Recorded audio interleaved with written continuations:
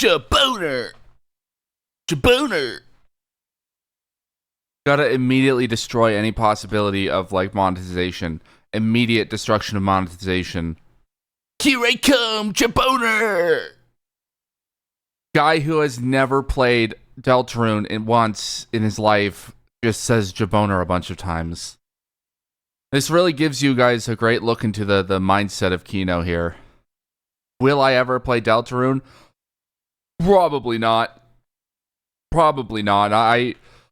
Undertale to me is like the same way Vinny sees Undertale. I don't have any desire to play it because I'm not a like brain rotted 2014 Tumblrite. So like I didn't grow up on that website. Didn't grow up with Homestuck. Boy howdy.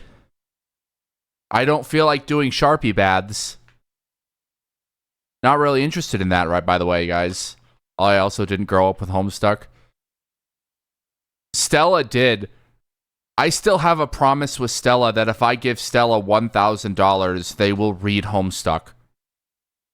So, like, we should crowdfund that. We should crowdfund $1,000 to force Stella to read Homestuck at gunpoint. Yeah, we should do that. That'd be great. That'd be a great idea. That'd be real fun. They definitely won't, like, kill me.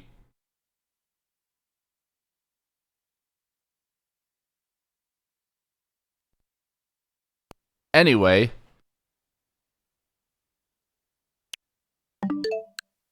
Oh, hey, look, there's Endless Ocean Luminous. I might come back to this in a bit. I think I might do, like, a bonus stream of Endless Ocean Luminous at some point. Just to see, like, how it looks on, like, we might even do it today if I have time. Is everything good with audio? God, that's so loud. Holy shit.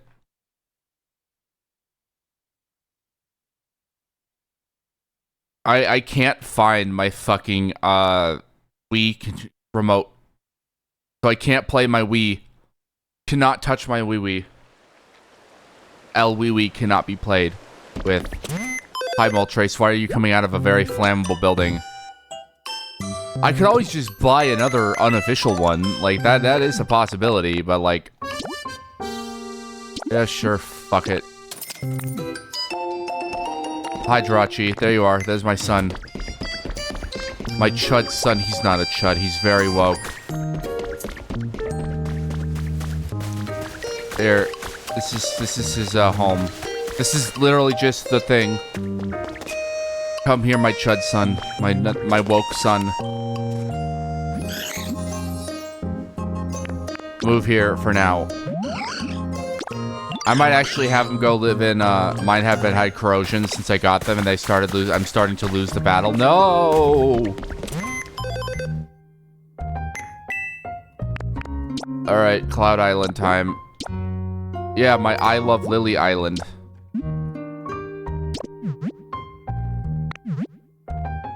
Hooray. Is the audio fine, chat? How's the audio sounding?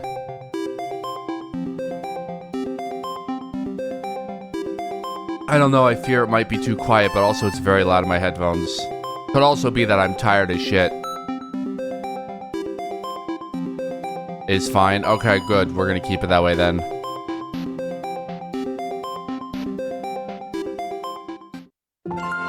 Hooray! Look at this familiar area. Hi, Polyrath. Where the fuck did you come from? A new Pokemon already? What the fuck? Wait, where? I don't remember where any of this shit is. Security camera 4? Oh! This should be Magneton, I think. Which would be really nice to have. Hey, hi. Hello, Scizor. Cloud Island, indeed. There it is. Wow. Look at this place. Oh, Magneton, you're here. You sure are here. Magnezone might be the one I'm thinking of. That should be Magnezone. Yeah, it's Magnezone. He exists. He's real. He's here. Yay, that guy. He sure does exist. He's not my beautiful, beloved Jirachi son.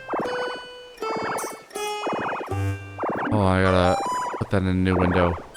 That way I can actually... Yeah, there we go. Hooray! I constructed this trash can for you. He's dumb.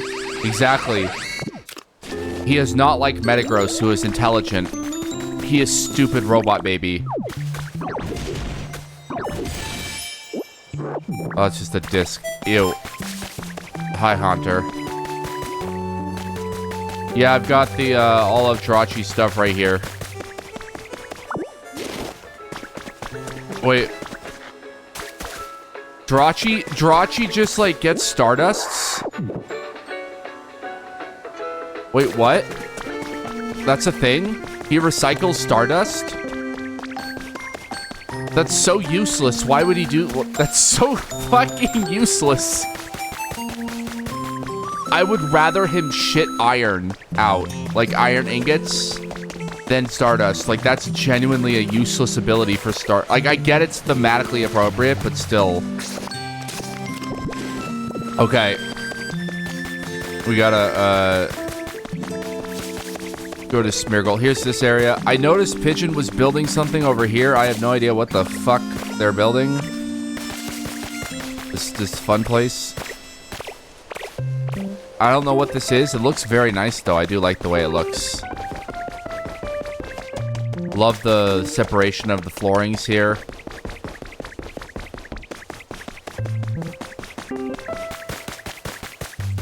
I actually like love this little area. This is a great area. I did a very good job with this area, I gotta say. We got this cool ass area here, right? Look how cool this area is. This area, and then we can go downstairs and we can see Divorced Dad Land. There it is. He's, you know, Gallade got divorced and now he's just spending his time with other divorced dads. Just normal Jaboner activities. Normal Jaboner activities. Okay. I gotta get... So, I have ideas. Many, many ideas. Some are more concerning than others. Let's see what we can do today. I'm gonna go to a Cloud Island first. I actually want to go there so I can, collect the floaty blocks.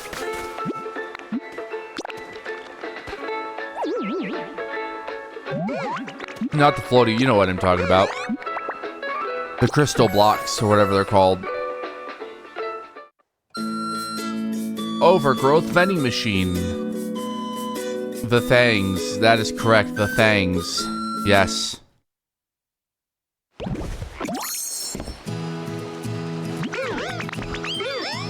There.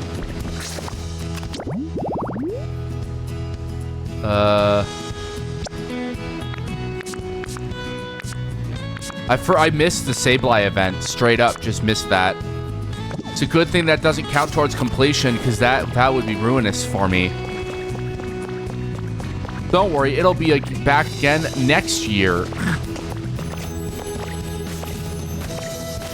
I'm just like, the point at which I got burnt the fuck out was when I was playing this game and I hit a point where I needed, like, to get a bunch of shit regarding, I needed to get a bunch of seashells for a build, and I just, like, was sitting there looking at what I needed to make.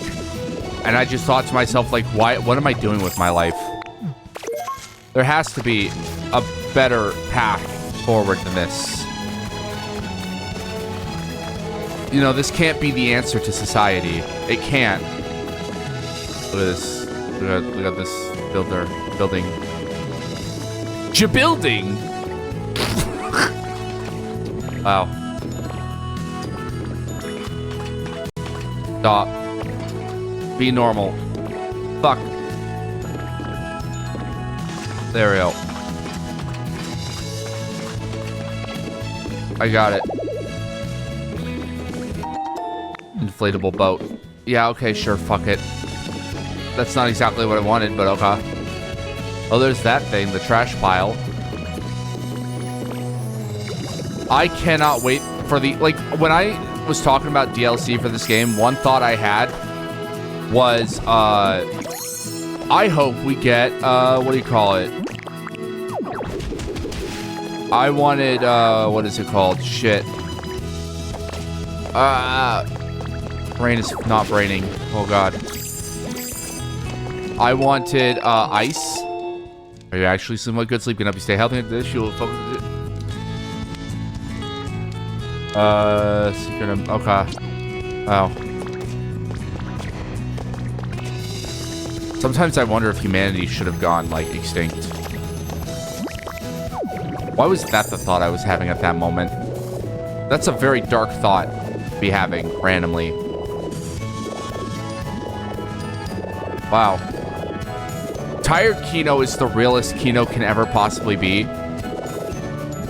Like, just unfortunately, the wildest thoughts come out when Kino is tired. I've got some news things we can talk about. I just gotta, like, find a good point to interject them into. I get the distinct feeling we're not gonna find Mewtwo on this island. It just does not look like it has the correct amount of, like, verticality. On theme for Jirachi. It is. Wondering if humanity should go extinct is very on theme for Jirachi. Jirachi would be thinking that. He's a little baby, and everybody loves the little baby. The Starbab.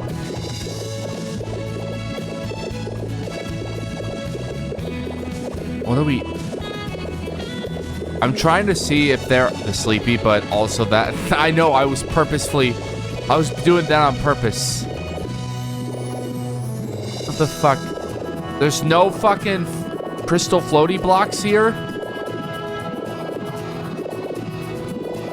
What is the point of this? This is disgusting. I came all this way for the crystal floaty box, and there was no crystal floaty blocks. This is terrible. Ruinous, even, I would say. The fuck? He sees our dreams. Oh no, that's bad.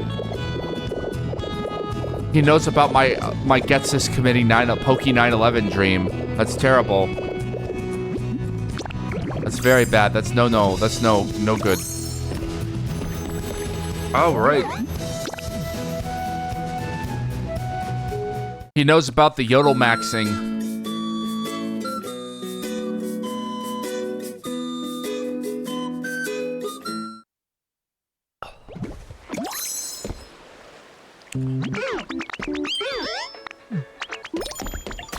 I feel, he would enjoy that. Absolutely. I feel like everyone would enjoy that.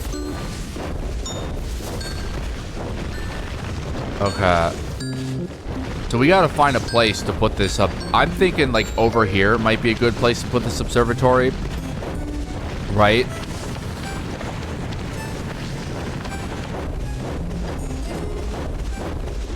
Thinking somewhere over here.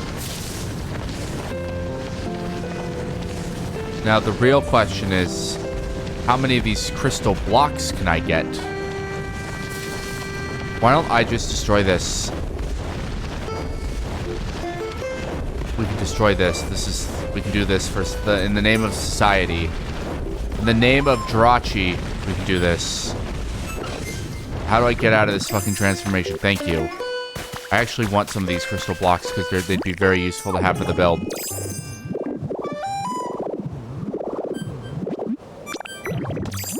My only big problem with this game, my only criticism is that the music does not change often enough. I was saying earlier that my hope for this game was that we would get a what do you call it? Ice area, just because like there's a severe lack of ice type Pokemon in the base game. But I am like super down for underwater ocean area. That is exciting for me. You guys know I love my oceans. You guys know I'm very autistic about the ocean and the fishies and Mudkip. I'm a big fan of Mudkip. I don't know if you guys are aware of that. I love my Mudkips. Do you like Mudkips? I heard you like Mudkips. I wonder how many people from my generation, from the next generation, even understand what that reference is. Like, what the fuck do you mean, do you like Mudkips? What does that fucking mean, you insane old man? You insane, delirious 28-year-old man. Don't you know you're basically ancient at this point? Oh, that's what they're called, mysterious stones. Mysterious winds, fuck. God damn it. I can't escape. I don't even play fucking Deltarune. God damn it.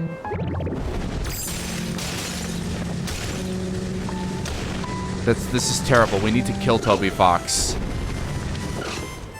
Tricky Toby needs to die. I'm sorry, guys. He's cursed humanity with forbidden memes.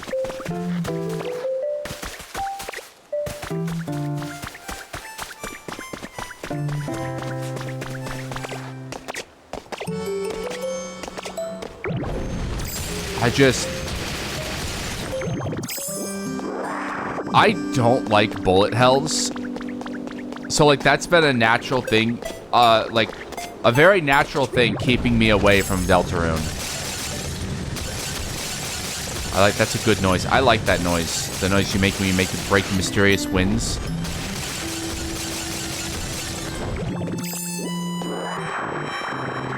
I am extremely fucking picky when it comes to RPG battle systems that I like versus ones that I don't like. Like, for example, I hate Final Fantasy VI. I hate that battle system. It's even though so many people call it one of the best battle systems.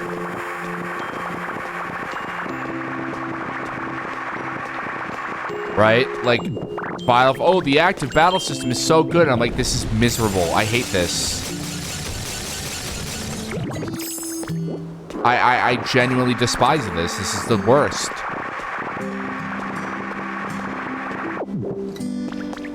Right?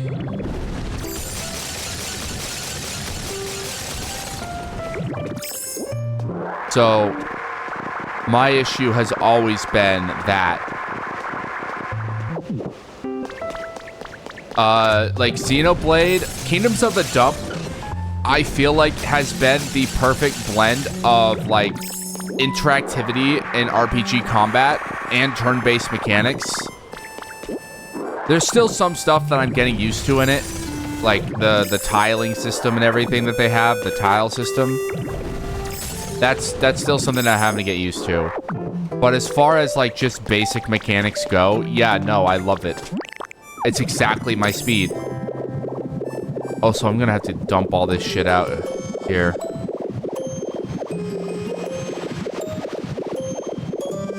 Okay.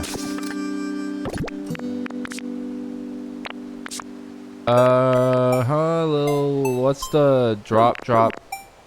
Whoops.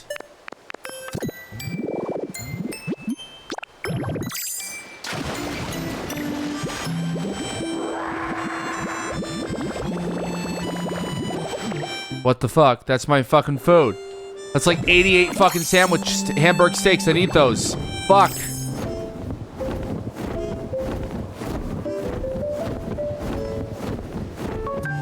Oh god, I dropped the hamburg steaks.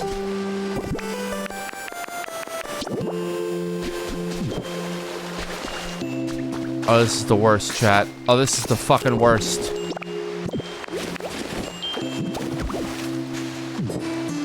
How do I... There.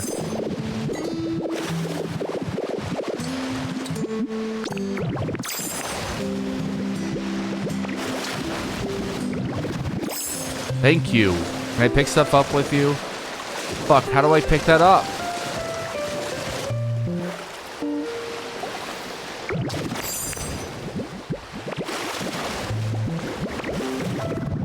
How do I... Ah! This is the worst. This is the worst experience in the universe, chat. I'm gonna have to do this the hard way then. I'm gonna have to do this the really fucking annoying way.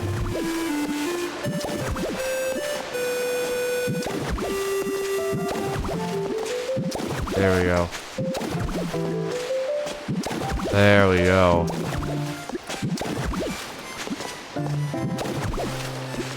All this for steaks, by the way.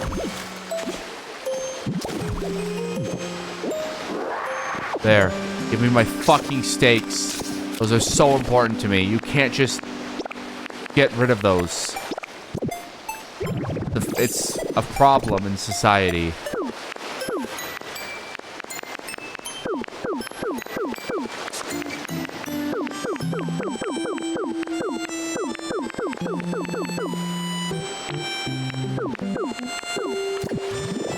There. I just gotta get the rest of these.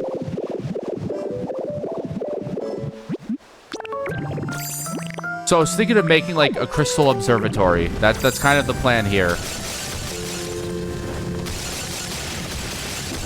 How viable that plan is, who the fuck knows?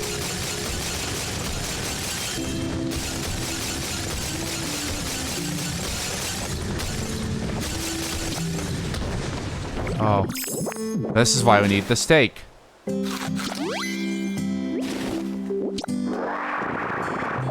These are also going to be really useful to like just like have as the base of the observatory.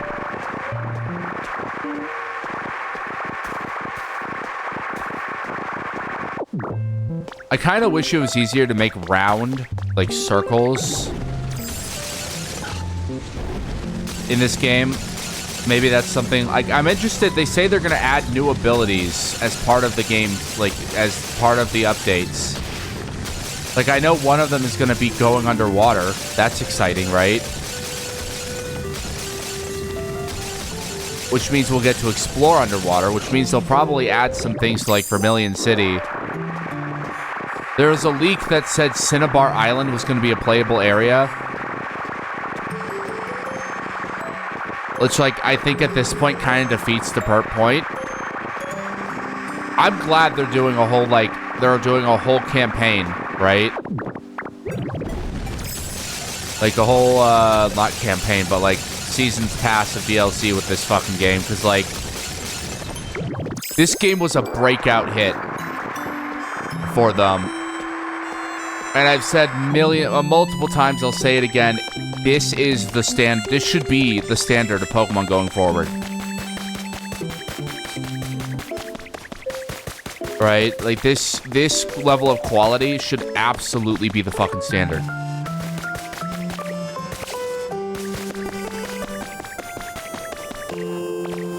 I saw another rumor saying that Pokemon is going to be adding 300 new Pokemon to Winds and Waves. To which my response is going to be like, no, please don't. Please, God, don't do that. Don't do that. Like, you guys don't need to be adding that much. That's too much, guys. Come on now.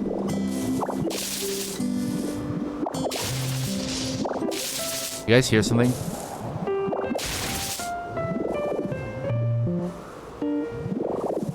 Oh. Pokemon. The Poopymon.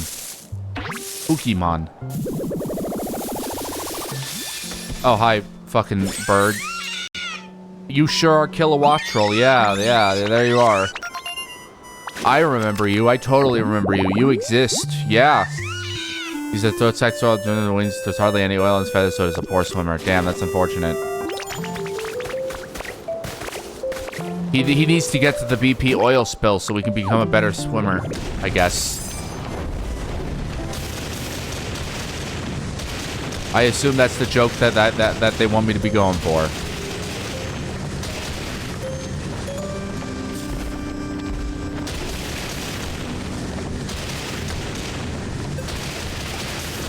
That's a terrible joke, but still.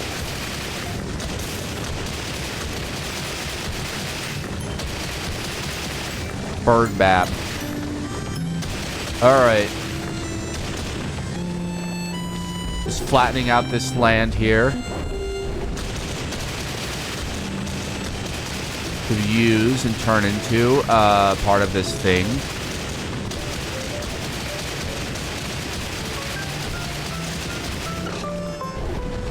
There we go.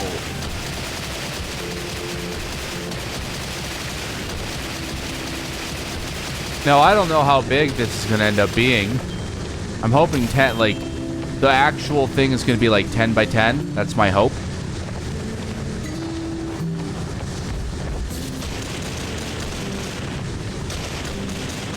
Yeah, let's carve that out.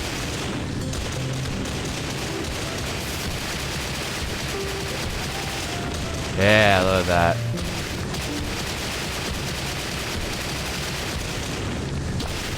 So I have a question. Which way is north in this fucking game? They need to add a compass so I know which way is north, because it bothers me that I can't figure out which way is north. It does not...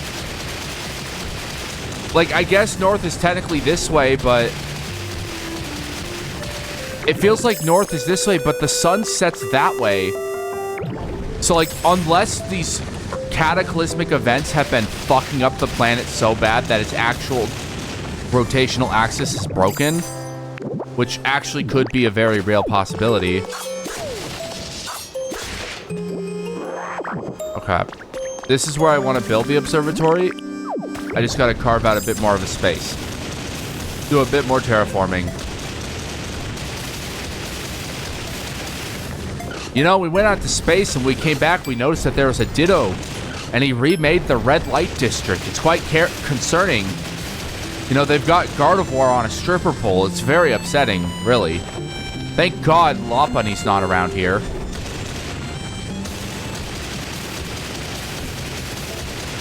I fear what they would do with Lopunny if they allowed him, if they allowed Lopunny in this game. I fear what people would do.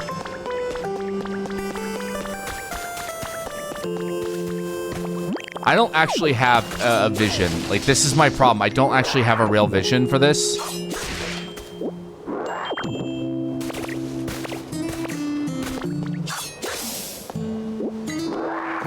Let's see.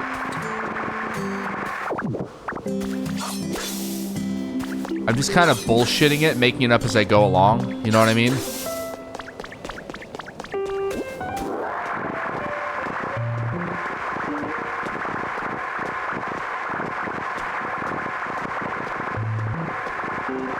So the real question would be if this is even large enough.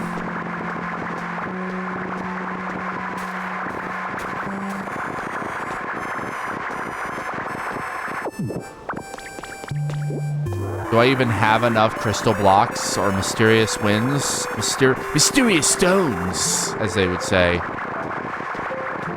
I hate this fucking bastard. I hate that bastard so much. Inexcusable atrocities need to be committed towards that bastard. Let's see.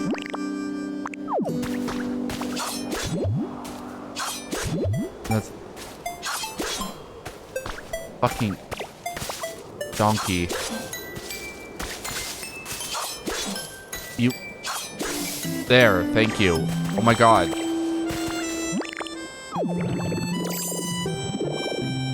Let's see, hello, we got all this nice cliff face here, let's...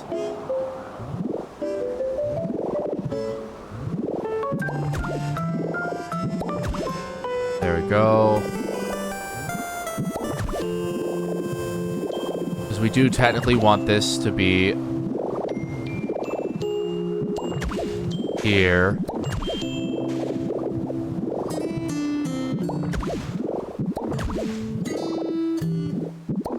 We gotta, like, extend out the cliff face, essentially, is what I'm thinking we gotta do here.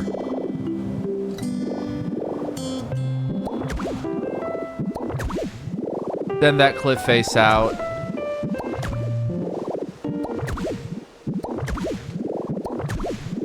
And so that we don't have any weird overlapping blocks and textures, we could do that.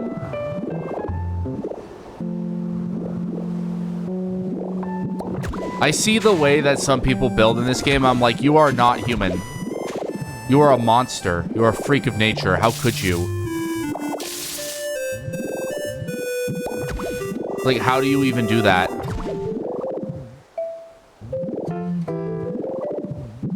Tell me more about how you didn't have any friends growing up and you had to spend all your time on Animal Crossing.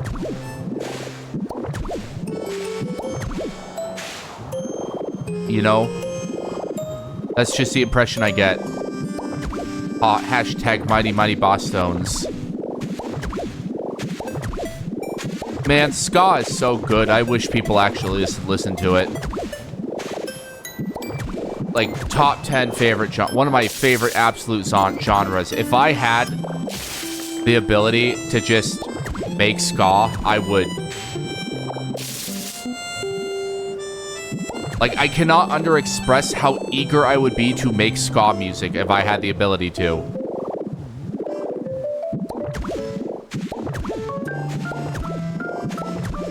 Like, by ability to, I mean, I wish I had, brass capabilities.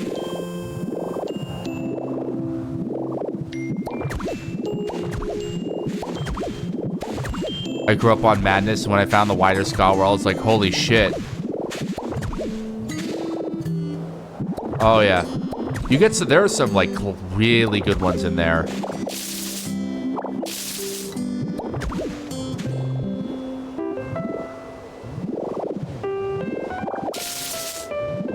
There we go.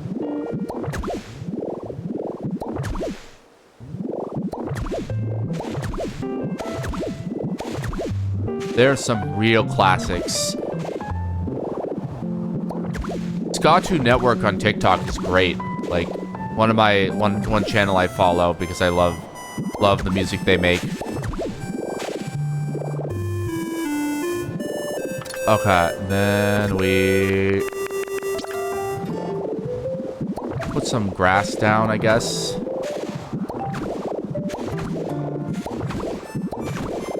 That helps extend out the landscape.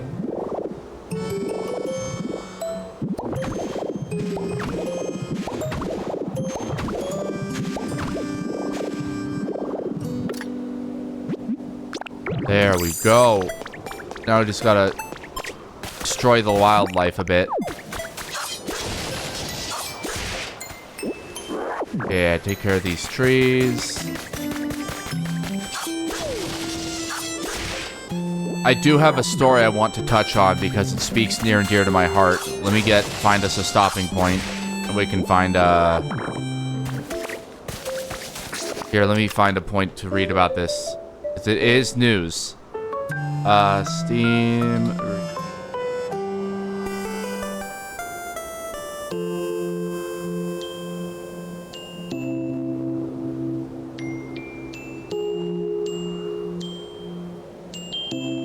There, I think this is a much more fair way of handling this story. Like, this, a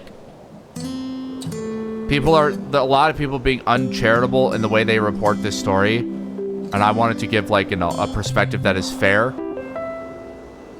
The unusual situation surrounding a Steam game that has been refunded 55,000 times. Paddle Paddle Paddle is a friend swap game with largely positive reviews. Oh god, everybody's calling it friend swap now. That's just... No matter how successful a game is, at least some copies will be returned to the store. Maybe the game doesn't work or the purchase was made in error. Whatever the reason, even a game sells millions, could still see hundreds of thousands of returned copies. We can only theorize gaming companies don't usually share data on returns. One Steam dev, however, is being refreshingly honest about his refunding woes. Steam's refund policy is fairly generous. All games can be returned for any reason, as long as the purchase is within 2 weeks and the game's been played for under 2 hours. Those are the official rules, but there are plenty of stories from Steam customers who have received refunds despite technically not meeting them. For most games, Valve's return policy works fine. Developers who produce smaller games have a different story. For a long time now, indie creators have had no choice but to accept Valve's inflexible return policies. Whether the game is supposed to last 2 hours or less doesn't matter, the customer can still return it. On Sunday, Mateo, the developer behind one of co-op friend slot game Paddle Paddle Paddle, expressed frustration with said return policies on social media. According to the indie dev, Paddle Paddle Paddle has been refunded 55,000 times. It's not that Paddle Paddle Paddle is a bad game. The aquatic take on Super Monkey Ball has more than 1,300 reviews, and most of them are positive. The game costs $5, but is frequently on sale for $3, so the price is arguably fair. Malco shared a screenshot of a positive review from a fan who played the game for an hour and a half. Great game, the review exclaimed. Despite the enthusiasm, the player still refunded the game.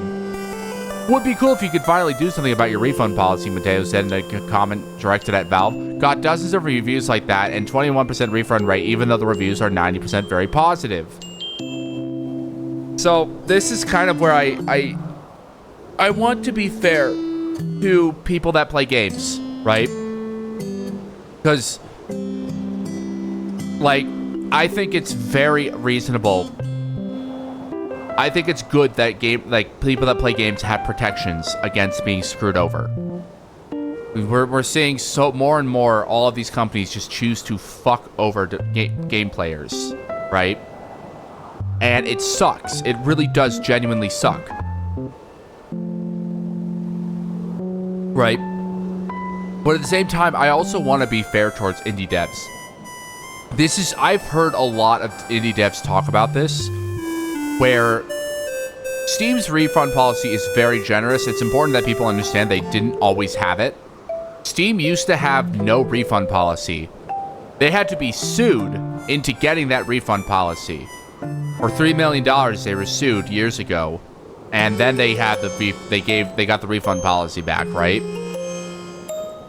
I am so against the entitlement of gamers being like, yeah, I paid $3 for this game, played it, and then returned it even though I enjoyed the experience. I think that is such a shitty thing to do. And it's like, if you liked the game, right? You played a game, you spent $3 on it. If you liked what you played, the reward for liking that to the developer is to let them keep the money you spent on the game, right? That is a very reasonable position. I don't think that's unreasonable to say. Regardless of how long people regardless of how long people spend on it, it's not even that it's a 2-hour game, right? So one of the big criticisms of this game called Paddle Paddle Paddle is that the game is, people are saying it's too short, which how do you get to for $3 whatever, right? I've seen people actually, the game has an achievement in it basically where you get an achievement for beating it in under 2 hours. It's not that the game is automatically built to be beaten in 2 hours, right? It's that there's an achievement you can get for beating it in 2 hours. Mateo's issue here is hardly a new one, but the severity of the numbers has kicked off Discord about Valve's approach to game returns. Developers overwhelmingly agree that Valve needs a policy that accounts for shorter games. At least some gamers who benefit the most from the policy don't feel the same. Top Road Review critiques the game, also calling out the developer saying anything in the first place. There just isn't enough content. Game looks like a browser game was made rushed in a sort of short amount of time, the review states, and yet the dev has the nerve to cry about refunds on ice when he's trying to sell a browser game to you. According to estimates by Sensor Tower, the boating game is a medium play of under 2 hours. Kotaku reports that the game's gross revenue before taking platform fee and chargebacks into account is around $826,000. It may sound like a big number, but after refunds, taxes, and Valve's cut, Mateo's take home around $250,000. By the way, that's a lot of fucking money. The word slop is unironically people. I don't even think that factors into this conversation at all, but I totally agree with you. I use friend slop as an endearing term, right? Hi, Lugia, or Ho-Oh. For a 23-year-old that doesn't make games full-time and who developed the game in under 2 weeks, these are remarkable numbers. The developers repeatedly expressed gratitude and support of Valve's policy outside of the context of small games after 6.1 million views. This dev says he kind of regrets making the post, which you might make people perceive him as an ingrate. Here's the thing. This is the sentence that really fucking, sells it home for me, that puts me on the dev side. But the 55,000 figure is understandably hard to swallow when you know it includes people who say they love your game. That is the sentence that puts me on the dev side. It is I can't imagine how frustrating it is to have somebody go onto your fucking game and be like, yeah, man, I love this game. Returned it. That's so fucking insulting. As like, that would be so insulting to me, right? It's like, oh, you loved my game so much you returned it? What the fuck? Right? There have been a lot of games, indie games, that I've played that did not last very long, right? I have never returned them. There have been a lot of games that I've beaten in under the Steam's refund policy time, right? I've never returned them. Why? Because I enjoyed my experience with them, and the reward for enjoying your experience with that game is, you know, not refunding it.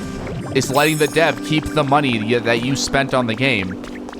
It becomes even dumber when you realize it's a $3 video game. Oh, it's a $3 video game and you're refunding it? You're being kind of a dick at that point. It's less than the price of a Happy Meal at McDonald's and you're refunding it. People are saying the game has no replay value, which is just not true, because like it's a friend swap game. The point of a friend swap game is you play it with friends. You can just grab a different friend and play it with them. Right? Like that's replay value. I think that, like, I agree it's good to have healthy return policies for players, right? Players need to have healthy return policies. And it's crazy that so many other platforms don't have good return policies. At the same time, I think it's also important that, you know, people don't be fucking assholes towards indie devs. Indie devs, like, it's crazy how many people will sit there and be like, yeah, indie gaming is the future of the industry. I just don't want to support it, though. That's what gets me. It's like, oh, you're going to say indie devs are the future of the industry, but you don't actually want to support indie devs? What the fuck, dude? Okay,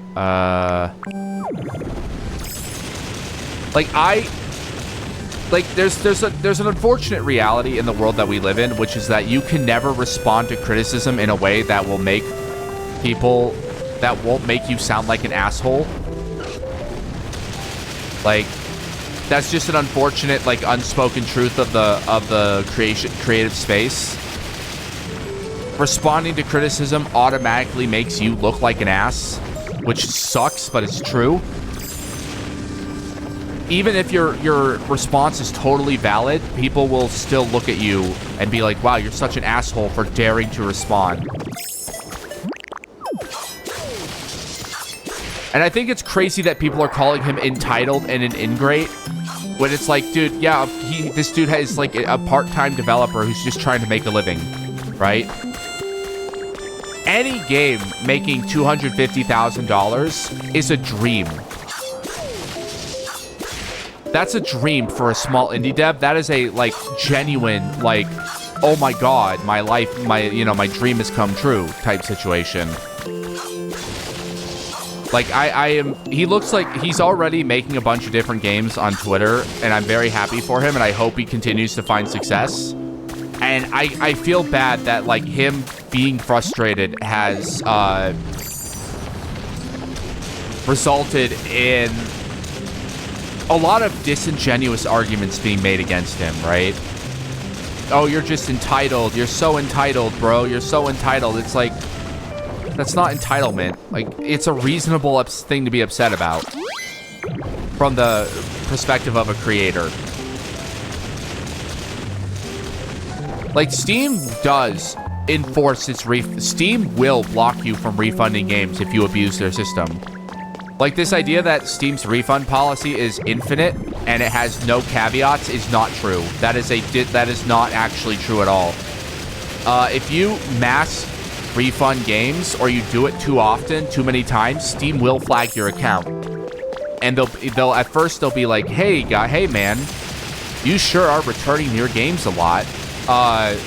Remember that this is a tool meant for people who have broken or buggy experiences, and not something for you to abuse to get free games, right? You know, that's the point of the policy. And if they catch you continuing to abuse it, they will ban your ability to refund games. Steam does technically have a policy against abusing their refund policy.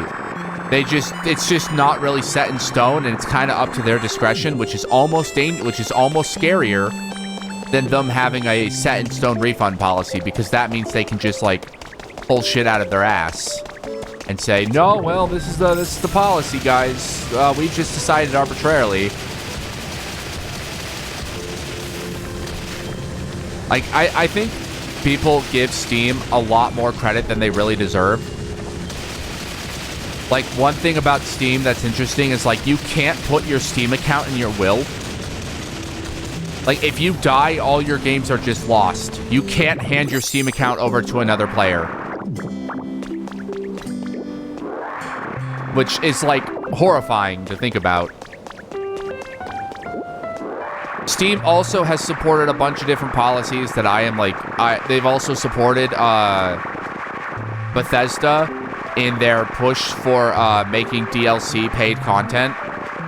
Or making mods paid DLC. If you guys remember the Bethesda Creation Club, everybody talks about how shit that thing was. Yeah, well, guess who supported it?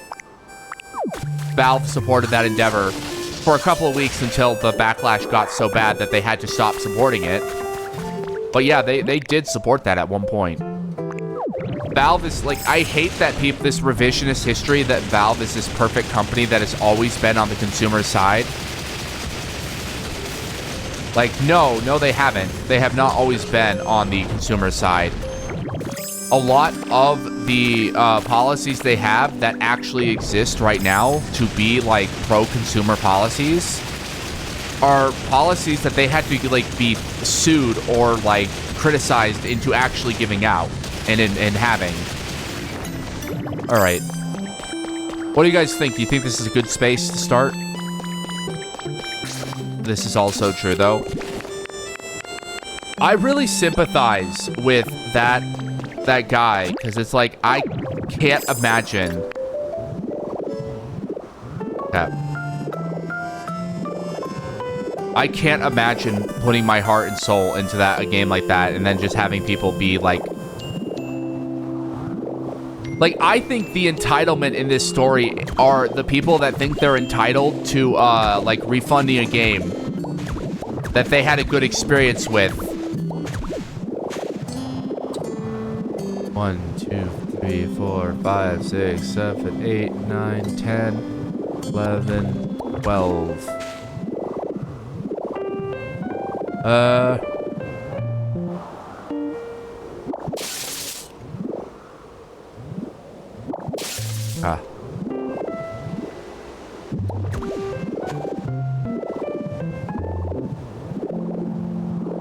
Like, to me, that is where the entitlement comes from.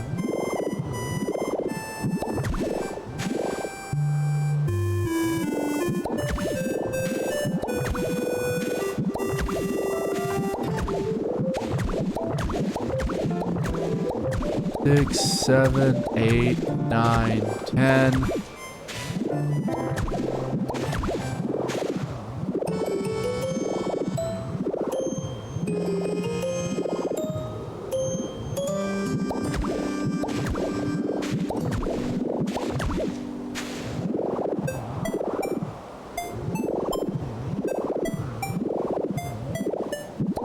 One, 2, 3, 4, 5, 6, 7, 8, 9, 10, 11, 12.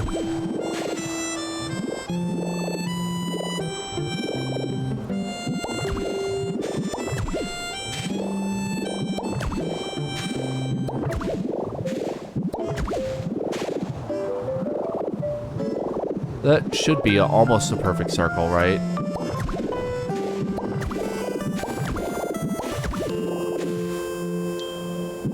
One, 2, 3, 4, 5, 6, 7, 8, 9.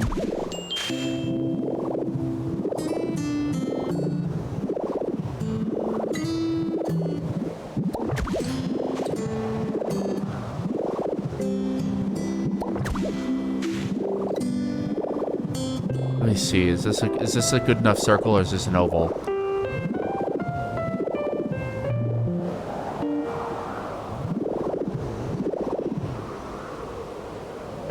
It's ovular. It's too ovular, chat.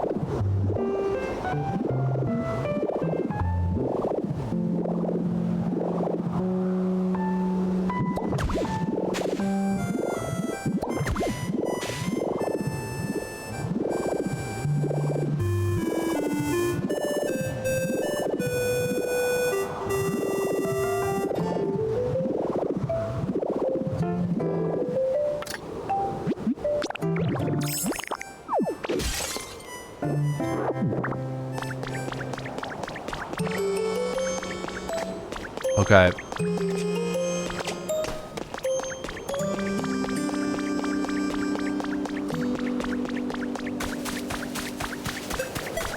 See here, hold on. 1, 2, 3, 4, 5, 6, 7, 8, 9, 10, 11, 12. So realistically, it should be 12 by 24. I always enjoy drop shit in the 1, 2, 3, 4.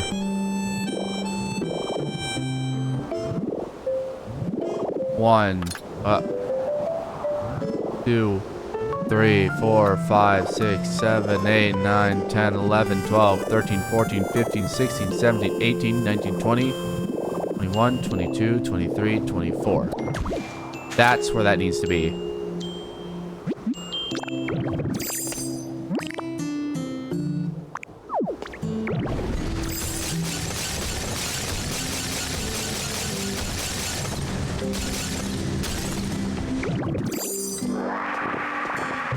By 24.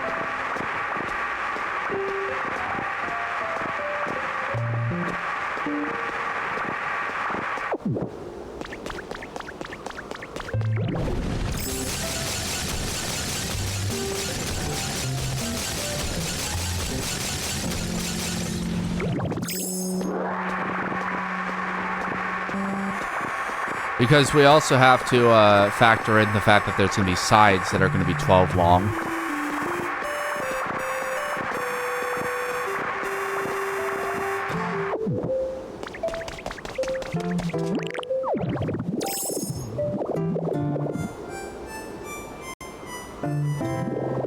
I think that I might need to 1, 2, 3, 4. Put this on 4 more on this side.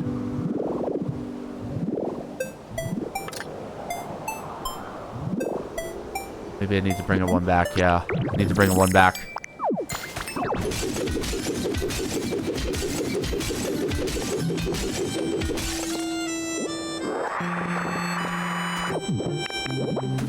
Okay.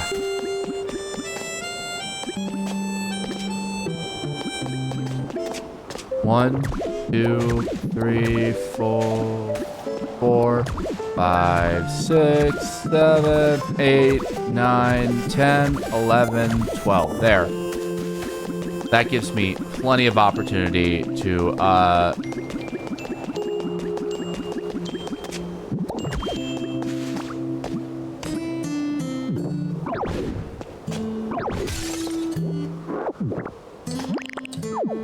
that gives me plenty of opportunity to,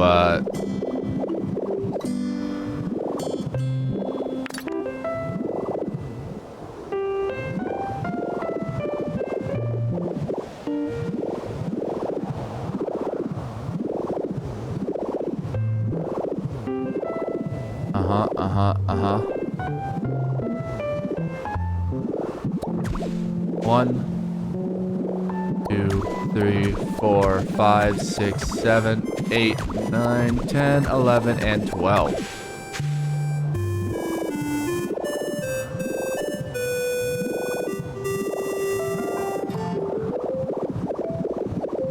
Is that correct?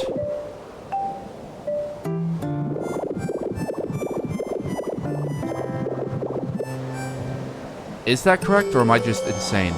No, it's correct. No, it's correct. Okay. 1, 2, 3, 4,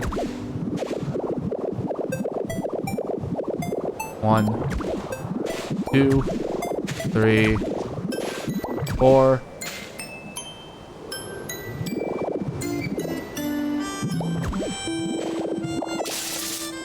Now I just got 1, 2, 3, 4, 5, 6, 7, 8, 9, 10, 11, 12. 1, 2, 3. He's wrong.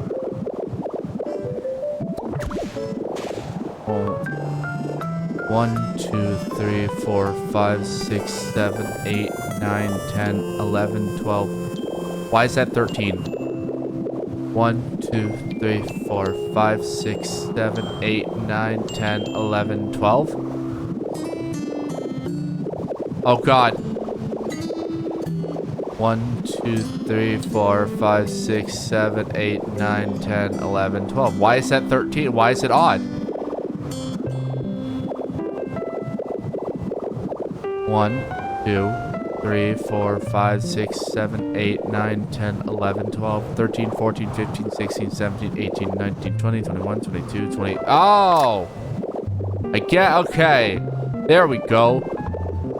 I was 1 off. That actually makes all the sense in the world.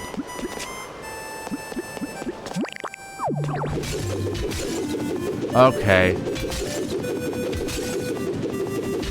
I was getting ready to, like, commit murder. I was totally getting ready to commit murder, Chad. I definitely was. Uh-huh.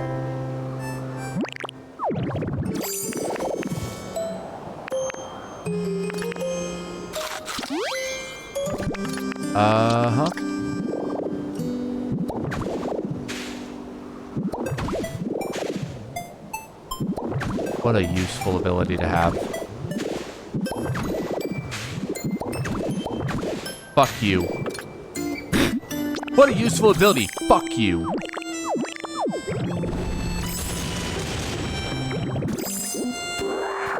Okay.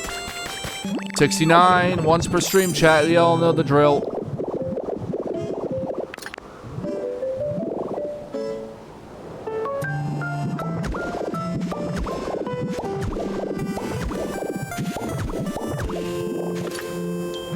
Okay.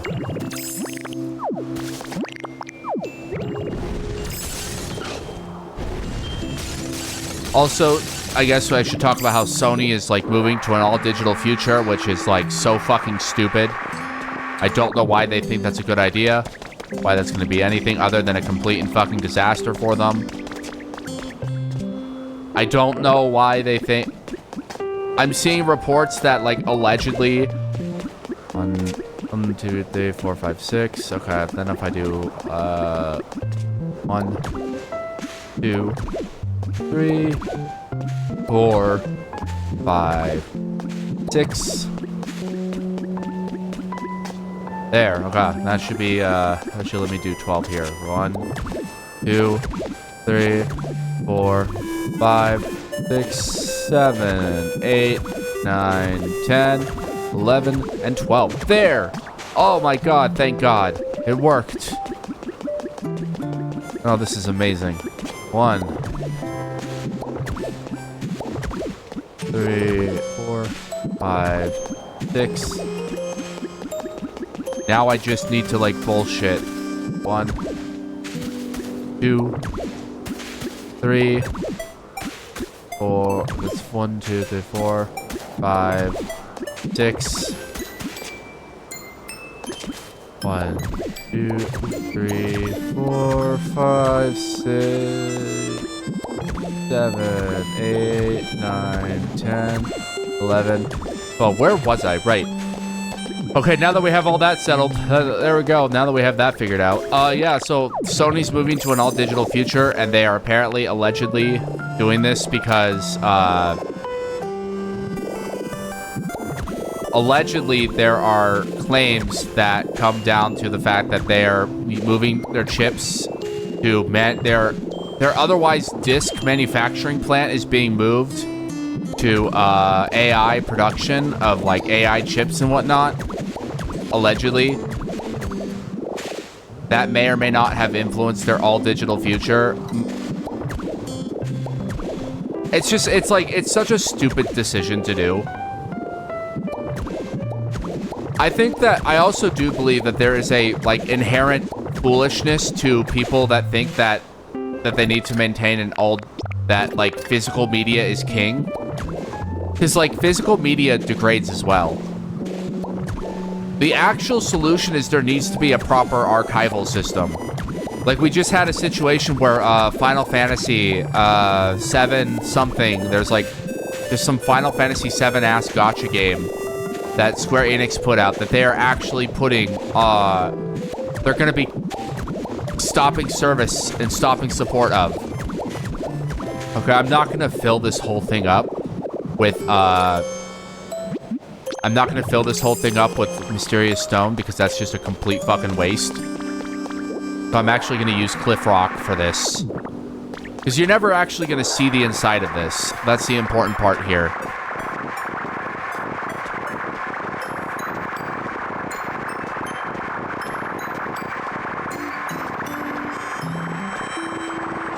Okay. Like, this is actually part of the trick of this game. Part of the trick here is that if you're never going to see the insides... Yeah, we need media and archive. We need the ability to buy physical discs that contain the fucking game that is on them, right? And we also need the ability to be able to archive these things. I think it is, like, one of the reasons I'm so deeply against gacha, aside from the obvious gambling mechanic issues that come with it, right? Is the reality that we run into these problems where...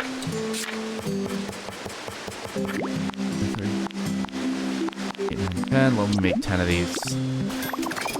We run into the obvious problems where we deal with situations that involve, like, games just losing service. Like that fucking Nier game. They make a whole ass Nier game and then they kill it off after the P5 curse comes into play. Right? And it's like, oh, cool. And then people in Japan can start getting, like, pissy and anal when people who are, like, deep fucking fans of a franchise say, yeah, we should be, like, archiving this shit because it's terrifying that this can just disappear. Right? It's genuinely terrifying.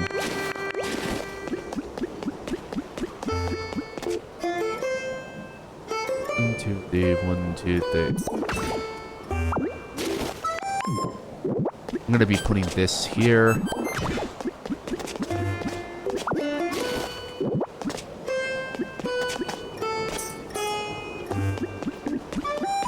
Actually, let's put them...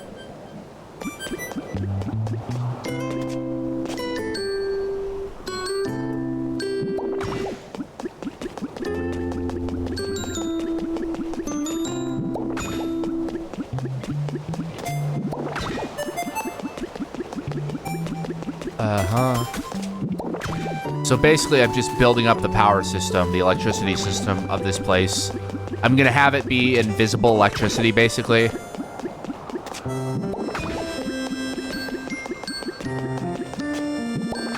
This is not gonna be the only, like, method of me doing this. I'm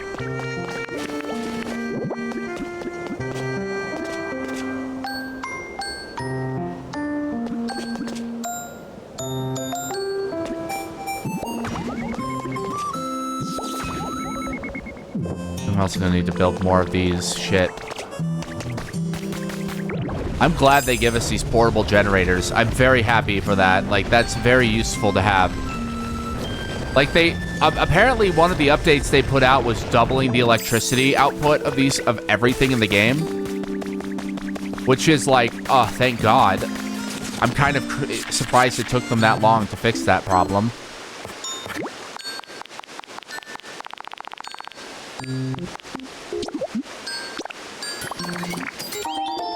I think it's like... There we go.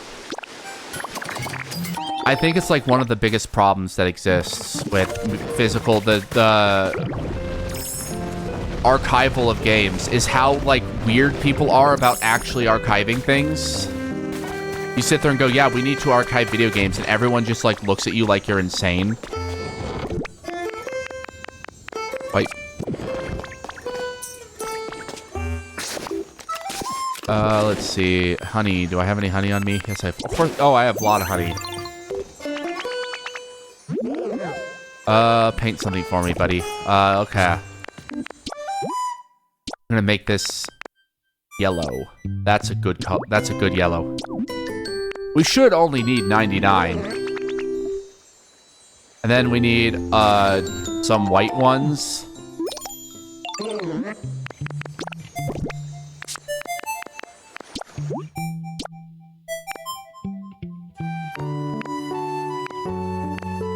It's weird how white is not white.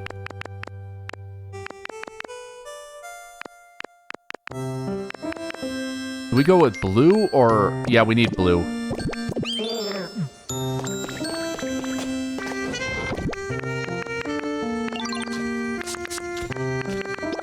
Oh god, we're... Oh, I don't have nearly enough blue paint. Shit.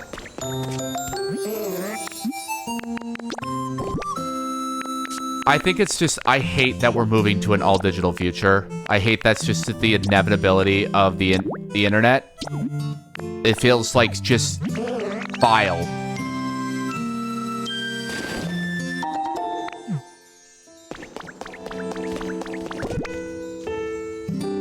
The fuck is this shit?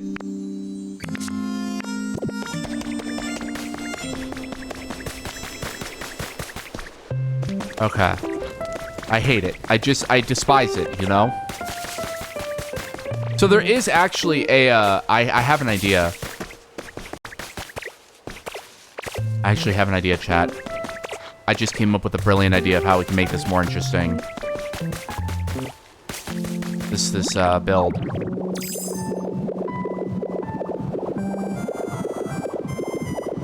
We can make a type of carpet for this, right? Later. What if we had the base be,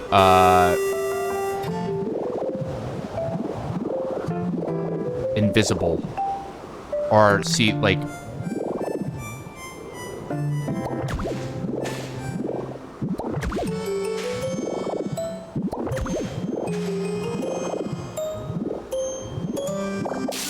Actually... No, that's actually a good idea.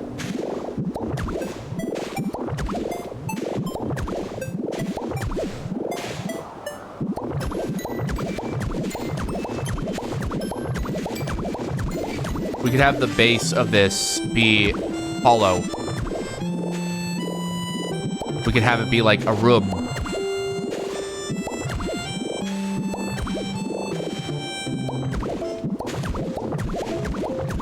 I might need more crystal if I'm gonna do this, though. Because, like, at first I was just gonna, like, completely fill this in.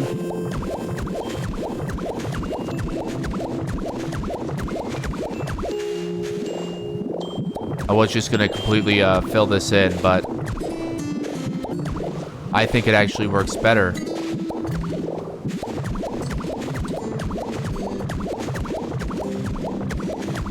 There.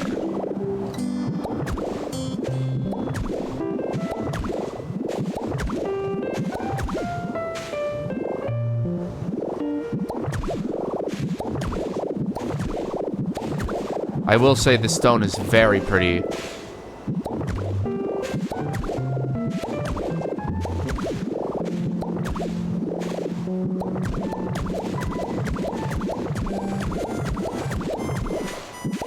Actually, I don't think this will work.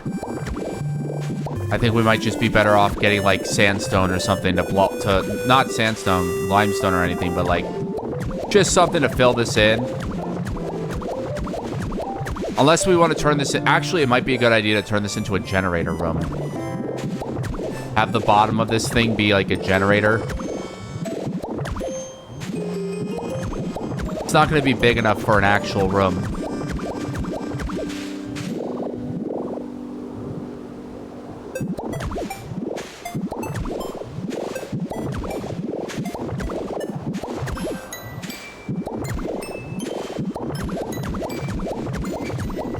He needs power to mine bitcoins. No, do not introduce Jirachi to the concept of Bitcoin.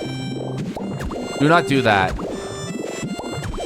Just give him a lottery ticket and a gun. That's much more effective. That's much healthier for society. Jirachi, I wish all of my Kalshi bets would come true. Especially the ones where I bet on people dying in the Middle East, because for some reason these fucking prediction markets let me do that.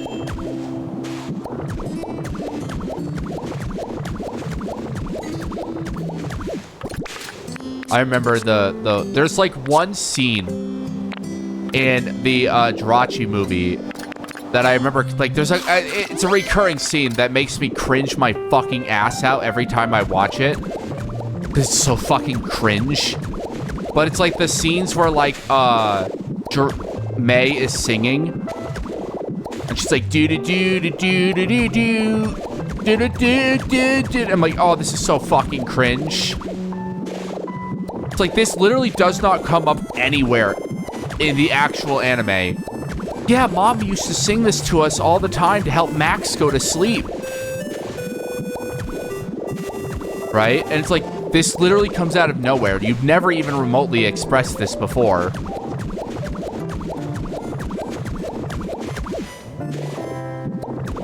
It's just like, there are a lot of characters I look at and cringe. When I was a kid, I asked Veronica Taylor to sing that she couldn't even remember the movie had it, and she low-key dragged me to hang out with her kids later. Veronica Taylor isn't that like Ash's voice actor?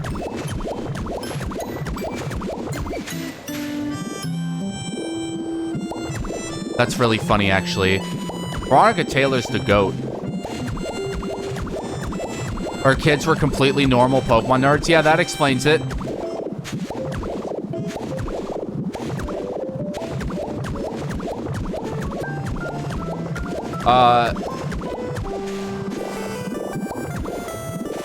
Ash is like,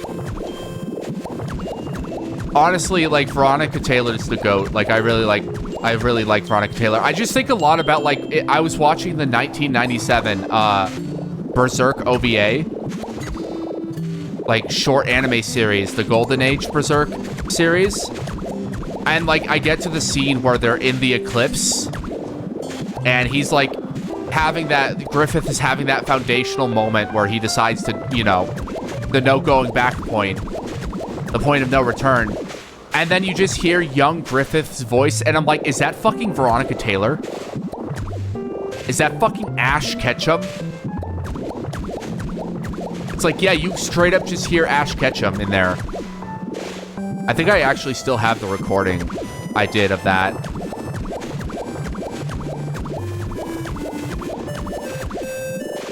Here, let me see if I can find that for you guys. Let's see. I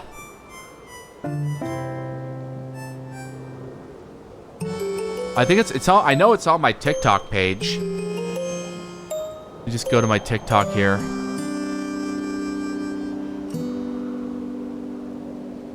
Yeah. Blah, blah, blah. This.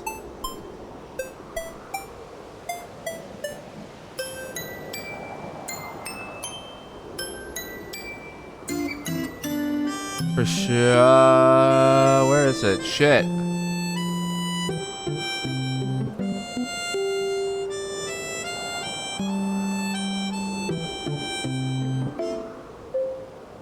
Private. What are we?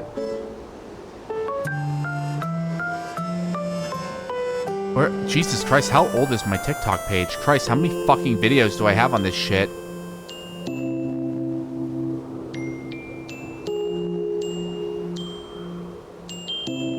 That's my cat. I see my cat, Stinky Dog. Yep. Random dog, random cat.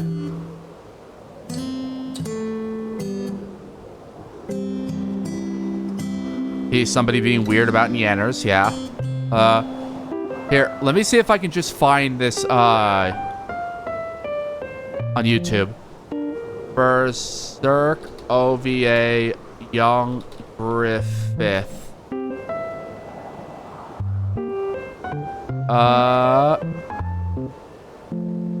No.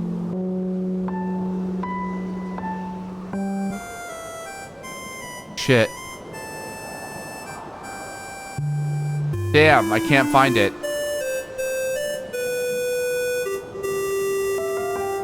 Oh, wait.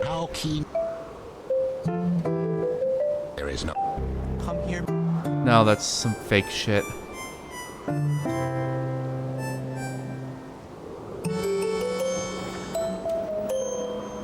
We will part of this. Nope. I can't find it. Oh well. Veronica Taylor plays young Griffith. That's all you need to know. That's all you need to know. Veronica Taylor plays young Griffith. And it's very it's very strange. It's like, wow, that sure is young. That sure is Ash Ketchum. I've talked about it before, the absurdity of how, like, it sounds when, like, there are just, like... I think we could do, like, 1 or 2 more layers. What do you guys think? How the absurdity of, like, Yuri Lowenthal being in every game.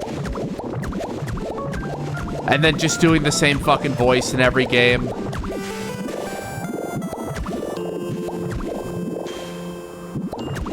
Although, like, apparently he's not coming back for the P Persona 4 remake. Also, apparently they're rewriting Yosuke's story to not make him as homophobic. Which is like, that's fucking bullshit. It's an integral part of his character. His repressed homosexuality is an integral part of Yosuke's character. You can't just not have Yosuke be not homophobic.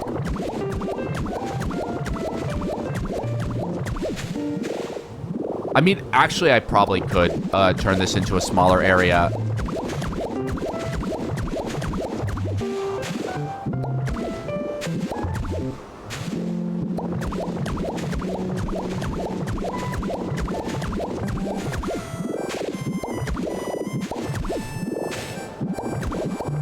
There we go.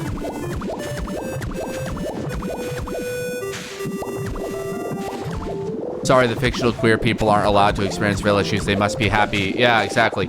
God, you've just, like, picked up on my... Like, I don't think I've made it any secret that I hate Jax as a character.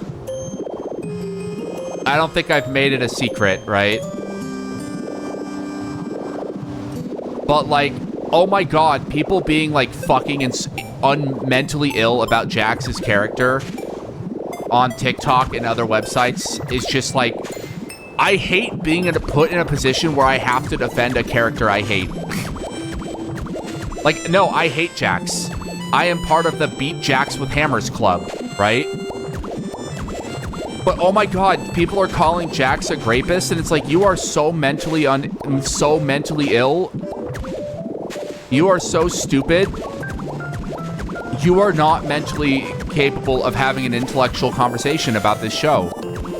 Do I think TADC is the best written show ever made? Fuck no. Do I think it's particularly an amazing, like, I think it's good that that imperfect media is allowed to exist. Right? Like, Jax is very clearly a representation of repressed of a person's repressed transgender identity, right? Of a character having a repressed transgender identity, and what can happen to someone who simultaneously does not come to accept themselves and also grows up in a, like, abusive, traumatic background, right? That is very, like, the whole point of Jax is not that he's a scrunkly little labubu that you're supposed to love. The whole point of Jax is that they are a horribly traumatized character who continues the cycle of abuse and violence that was put in place by Jax's parents because they've never known anything other than abuse for the majority of their life. Right? That's kind of the obvious point of Jax.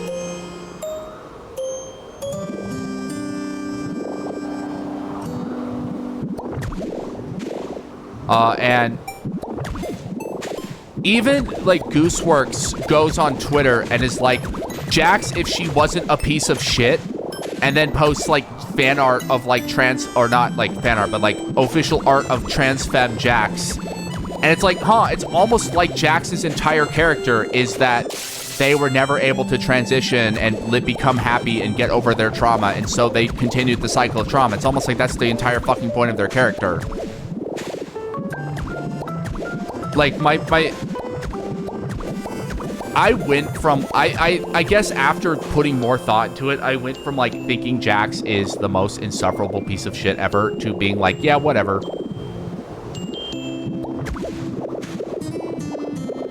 Right? Like, do I think... Like, the only thing that sends me over the fucking moon about Jax, right?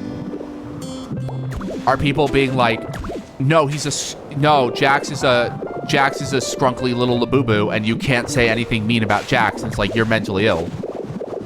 You're also mentally ill. You are just as mentally ill as the people that are trying to hold fictional characters accountable. Guys, we just need to hold Jax accountable. It's like, Jax isn't real. Guys. You are aware of this, correct? Okay, here we go. There we go. This is where we'll start. I think what I can do is I can even make stairs that go up here. That could be cool, right?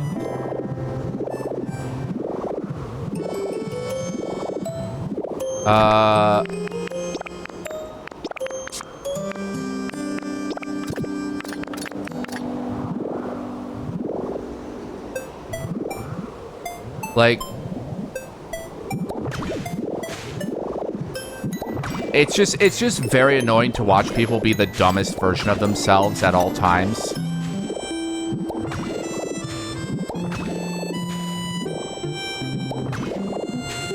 Media, like,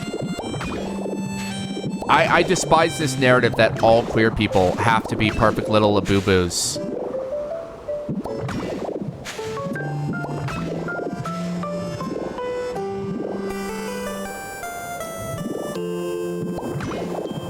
There we go.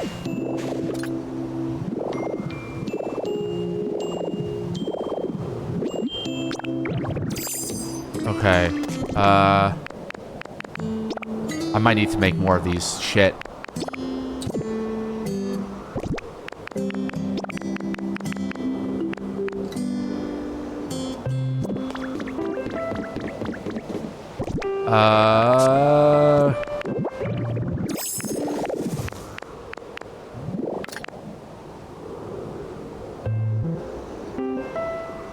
But Kino, if we don't flog ourselves mentally every time we speak about things we like, we aren't being responsible. Yeah. Ugh. Congrats on, like, ewing me. That's big ew moment. Yeah, yuck. I actually like the idea that the crystalline structure is being built.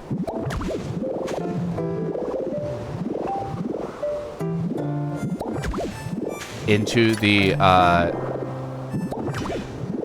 actual structure here.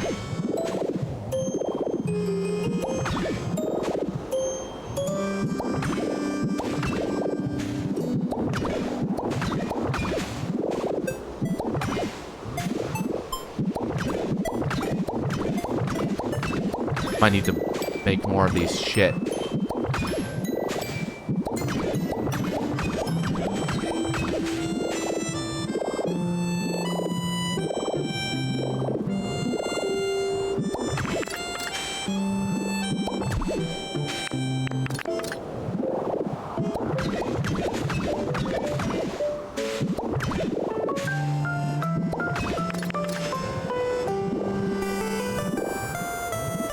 Like, I think people are just the most I think one of the worst things Gen Z has ever normalized is this idea that liking a character is a representation of you as a person. That you are morally attached to the characters you like. Because, like, that's such a profoundly mentally ill way to look at the world.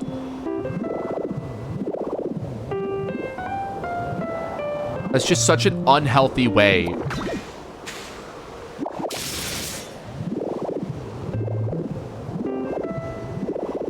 Yeah, I like that a lot, actually.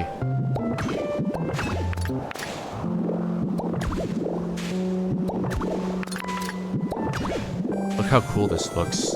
That looks so cool.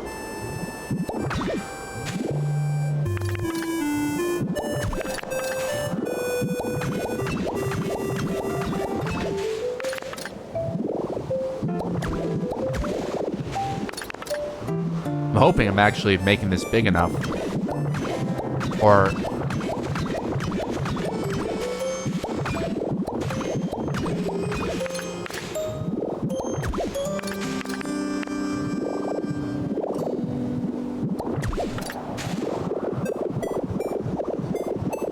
So, like, the idea is we're gonna have a,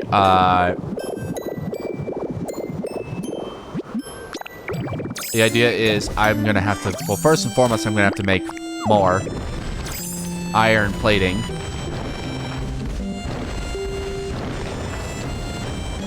Another couple hundred. At least 300.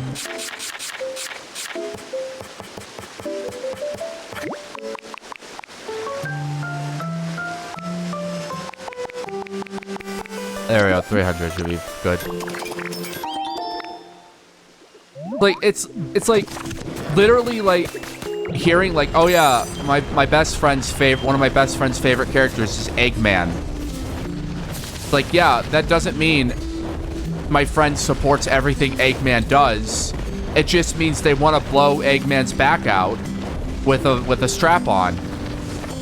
That's not the same thing as supporting them, right? Like, same thing with Merida. For me, it's like, I don't support all the horrible things Merida has done. I don't align myself with those beliefs. I just think she's hot.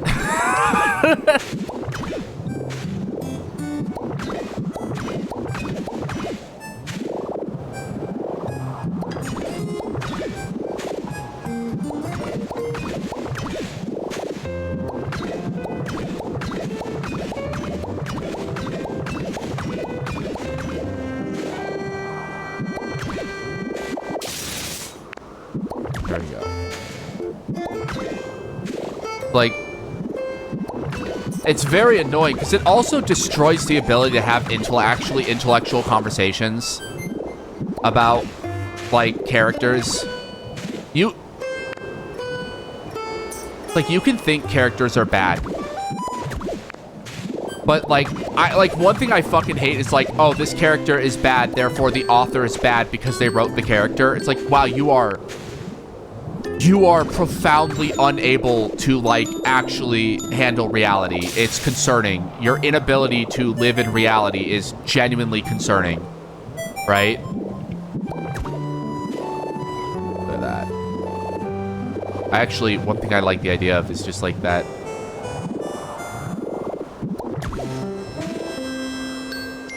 It's just that, like, it's overtaking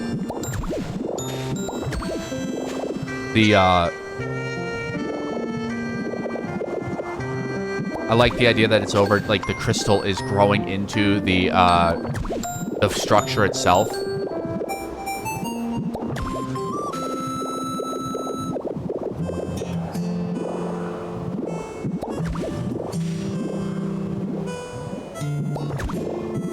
That looks really cool.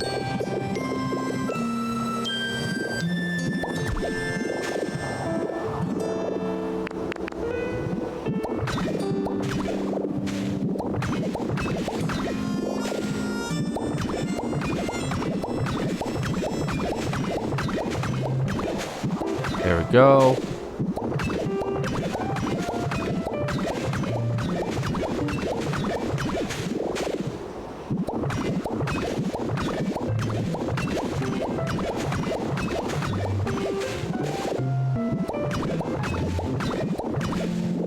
So what I'm thinking of is we have...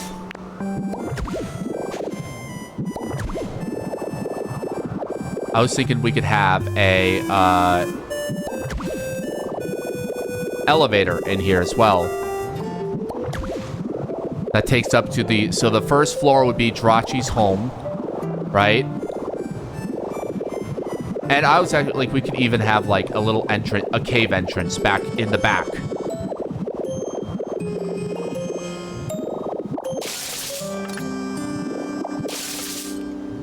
One, two, three, four, five.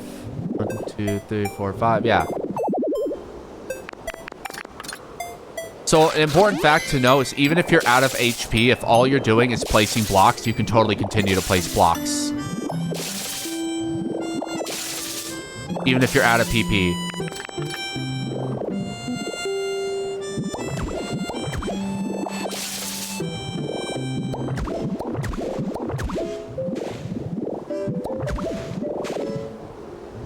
We can have like an entrance in the back.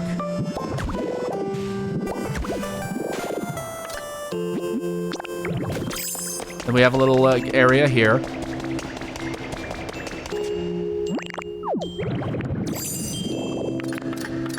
This can be used to help wire up all of these.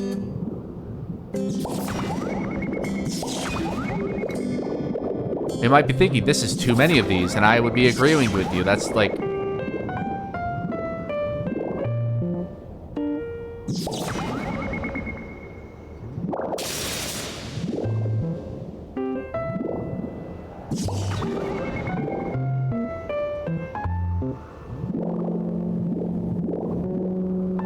No, actually...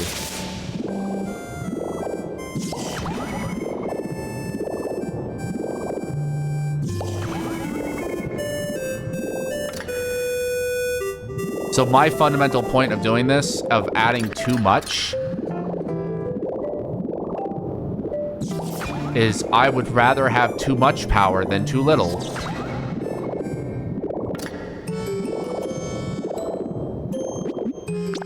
Right? We can also do some interesting things here with this, right? Like, for example...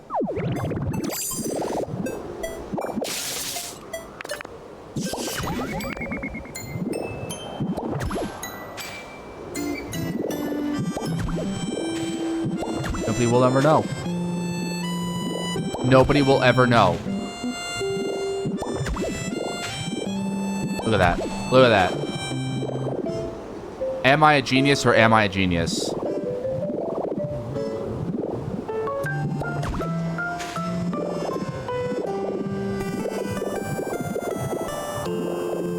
We could also just have one like right here.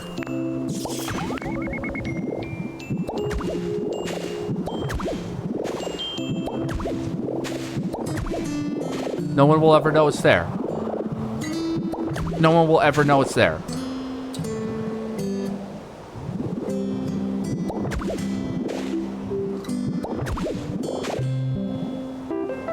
So we might need to put one like right here or something, but like...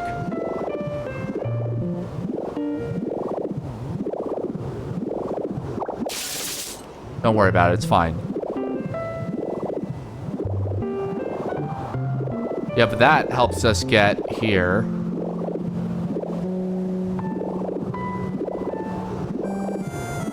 You can even have like one in here that's bleeding in, a couple that are bleeding in, right?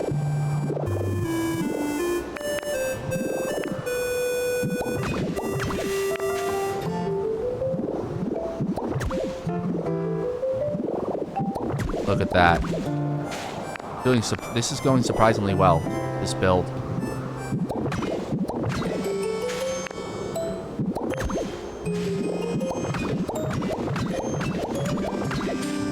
And then...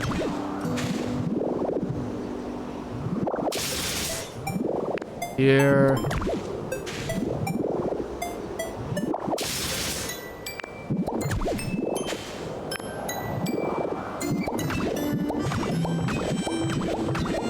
I actually have a really interesting idea for what we could do with,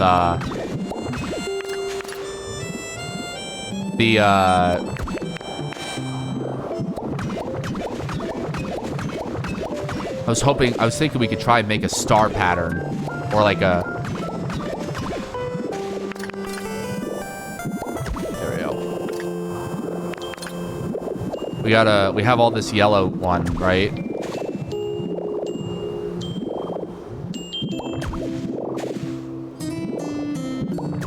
Yeah, it's like bleeding into the actual building itself.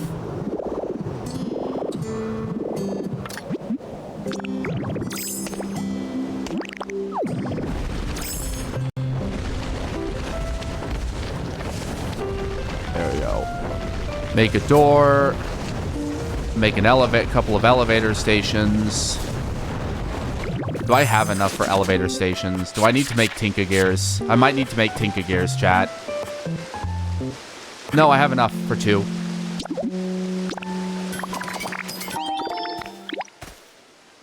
I also need doors.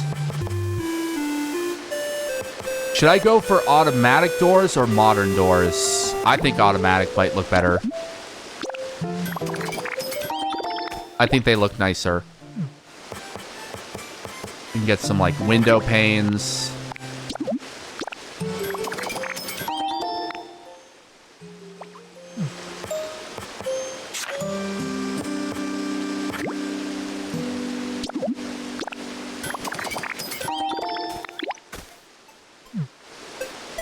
Let's see.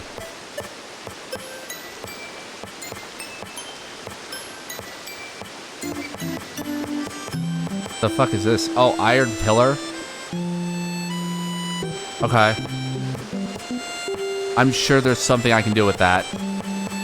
This is what I want.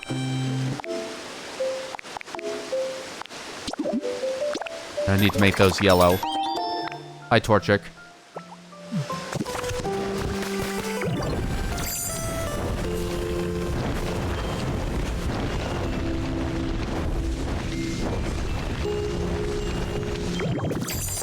Uh-huh. Oh, good, he's still here. Good. I don't have to sacrifice you to the Dark Lord.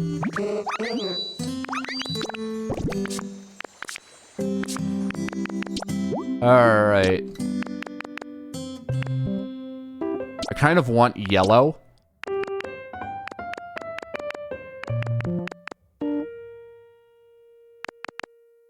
Yellow and white.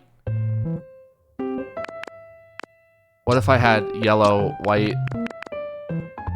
No. I think yellow and yellow is good.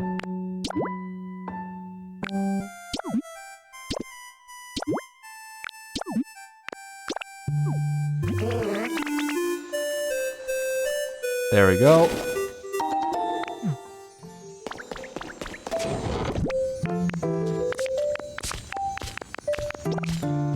Perfect.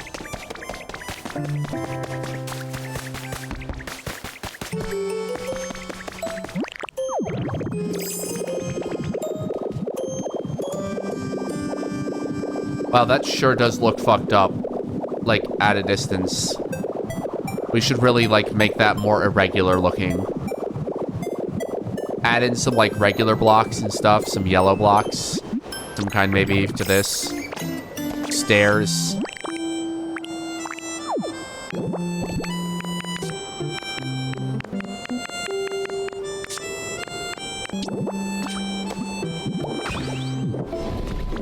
Oh, is it too big? Is it too big to count as a house?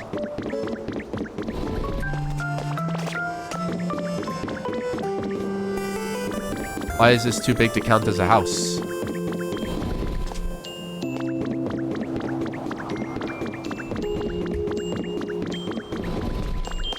Okay.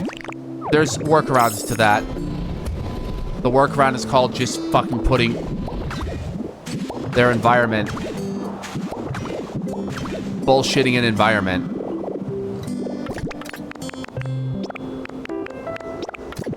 Now this is where the fun comes in, because, like, this is how I do things. This is the Kino special when it comes to, like, building.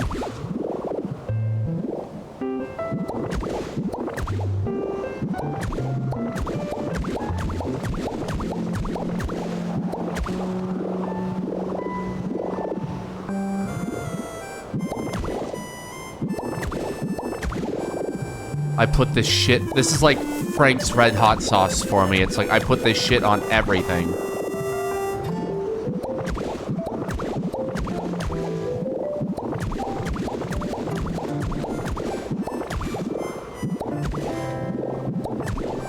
There we go.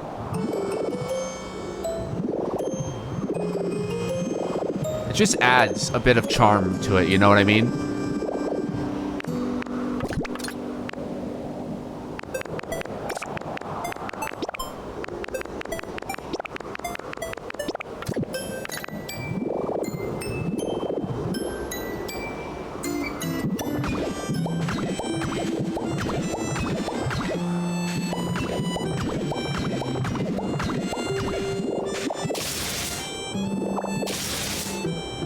I have to put carpet in here and everything.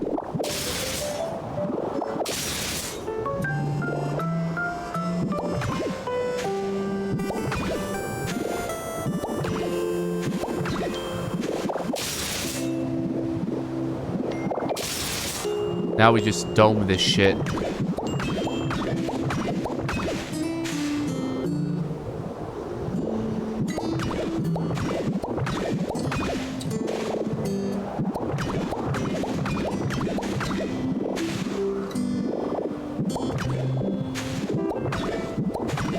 We will put a slit in here, a slot.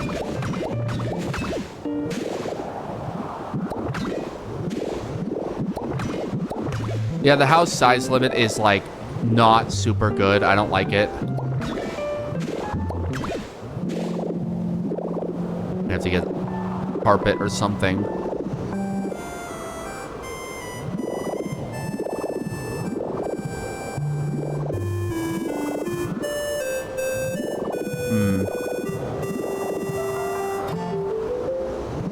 I could add the... Yeah.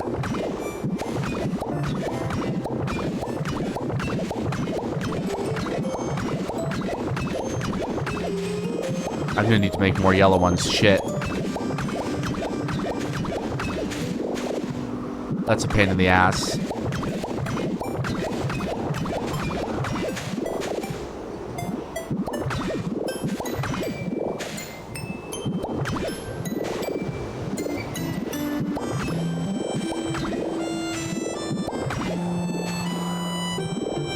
Gotta keep going till I'm out, I guess.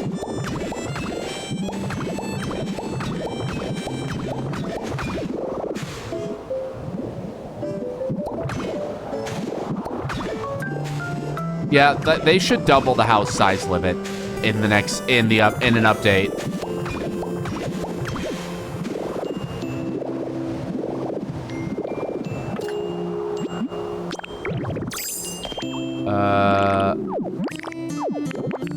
Oh, I'm already out of food. Damn. Or out of PP. Damn. Like, that's what I mean when I say you can have 0 PP and still place blocks. That's like one of the few nice things. That's one of the nice things about this. Yeah, just fuck it. Brute force.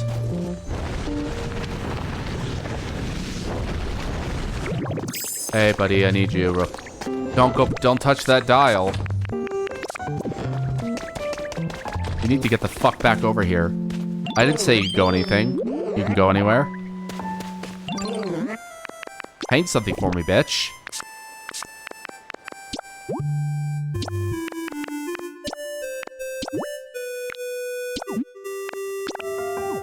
There we go. Thank you. Yellow iron plating. Very good. Okay.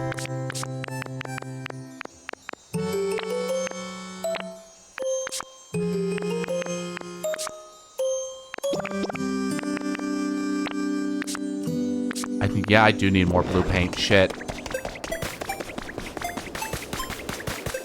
You get blue paint from orange berries, right? Or is there another... Yeah, you get it from orange berries, I think.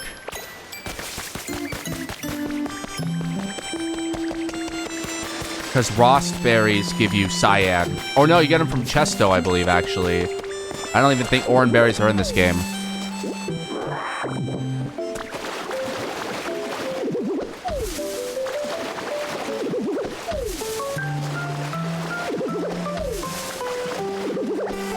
There we go.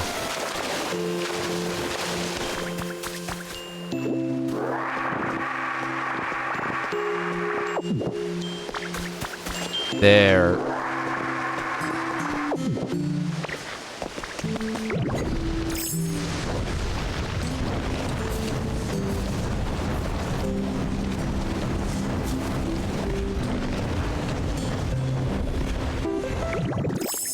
Take all of these. Then we use one of these to get everybody over here. All right, fuckers. Why is Graveler so small? That's the real question.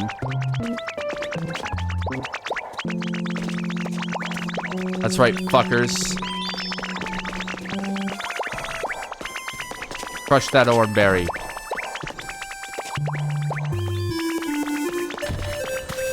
No, you gotta... Motherfucker.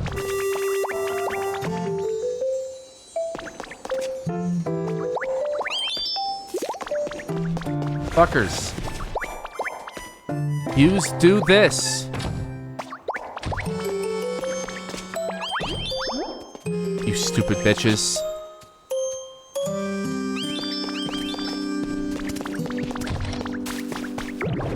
Yeah, I really do hope they double the house size limit.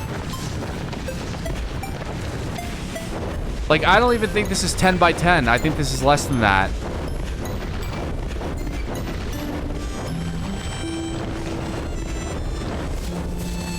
Oh, I should probably make some carpet or something. Some type of tile flooring.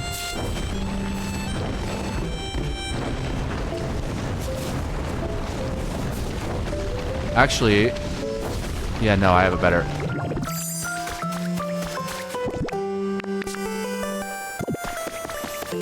What type of flooring can I even make? That looks like a miserable thing to paint. Star print, that actually might be good.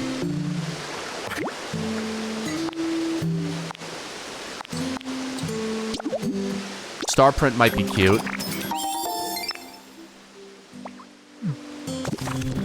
I feel like creative mode kind of like completely defeats. Also, hello, Roland. I feel like creative mode completely defeats the purpose of this game. No, fuck off. Go away. Why are you... No, don't jump, Smeargle. You have so much to live for. Just because I only use you for painting does not mean you need to, like, you know, do anything drastic. By the way, can you paint something for me, please? Come with me. Let's get you off that ledge. Let's come on. Let's talk you down from that ledge. You can't be there. That's not a healthy location for you to be. Hello, Roland. Good to see you. Hope you had a good stream of whatever you were streaming. I think it was like Subnautica or something. Let's see what colors might work here.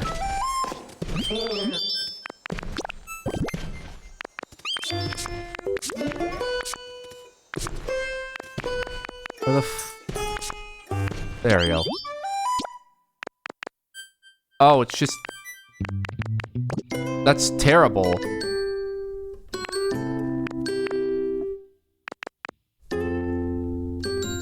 Subnautica and then Legends of Heropolis. What the hell is Legends of Heropolis?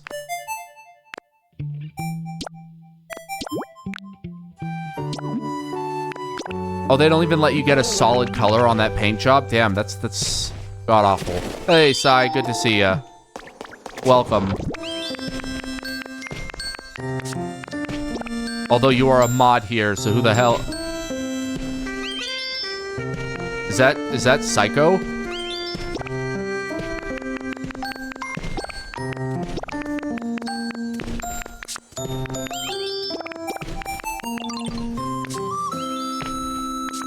Who knows? Yeah, that's Psycho. The moment you start playing coy is the point at which I realize you just met the guy. Uh-huh.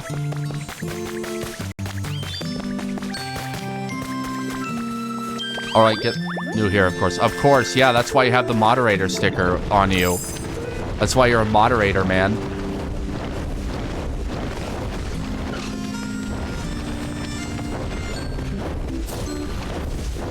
Let's see. I'm currently building a giant observatory. Not super giant, but an observatory for Jirachi because I can.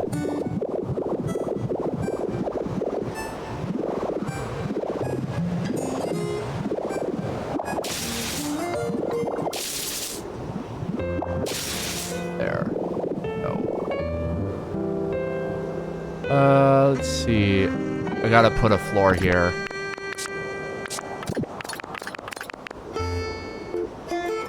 I think just this floor might be the best option at this point.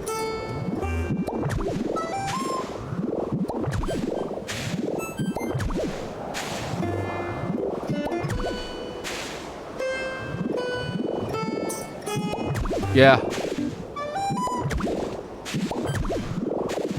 They're gonna, like, are there gonna be blocks outside of this?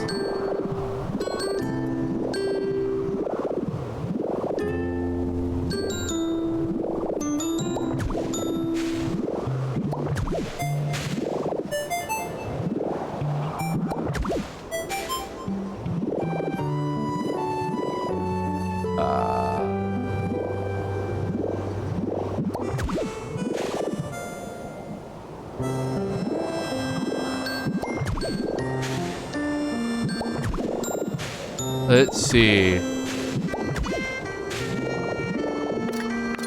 I'm very thankful I'm in a position right now where I don't technically need mods at the moment. Smaller than I'd like it to be, but it'll work.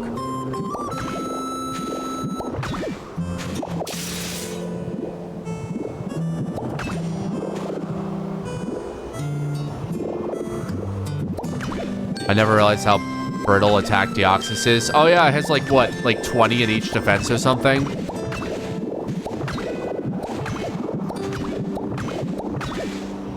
$25 in each defense. Yeah, it's like brittle as fuck. You can blow on it and it'll die. But like, that's the whole point. It's the epitome of a glass cannon, which is why it's often run with Focus Sash. It's either run with like Choice Specs, Choice Scarf, Choice Band, or Focus Sash.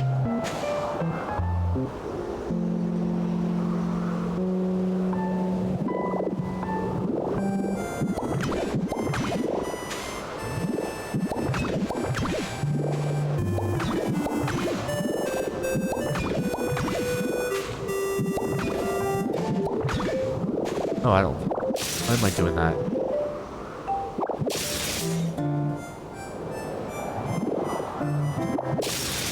Beats the purpose of the dome if it's not domular. I should run my copy of Emerald and set up Ace on it. You should.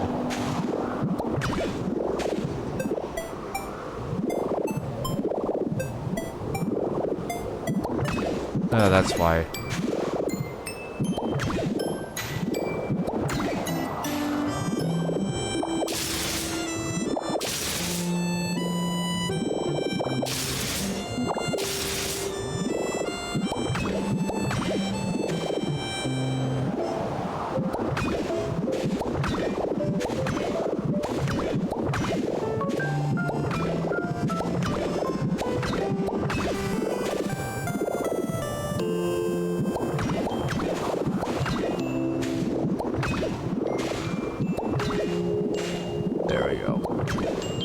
Too bad I don't have a copy of Leaf Grade.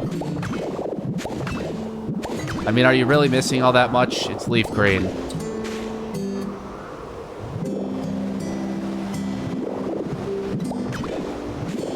Not like, I say that as if Pigeon is not like Leaf Green's #1 defender.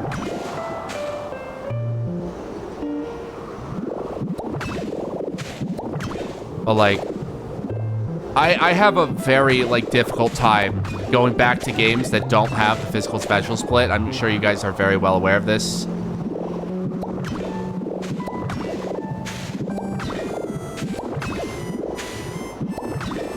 You want all, yeah, sure, but I want all, but you want to get the legal ones that you can actually transfer up for realsies.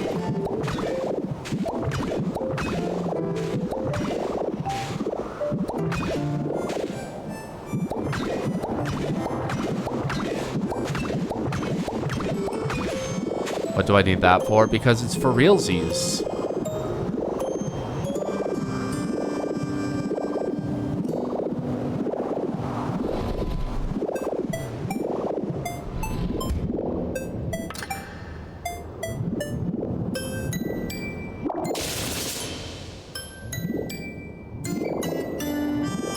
Wonder if I should put stairs here or something.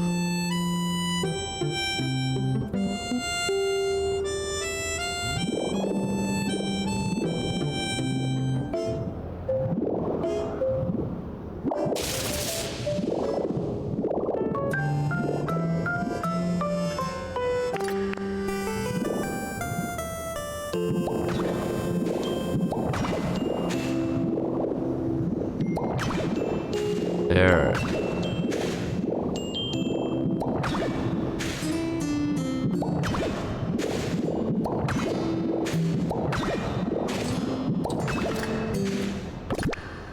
Oh, I'm already out? Fuck.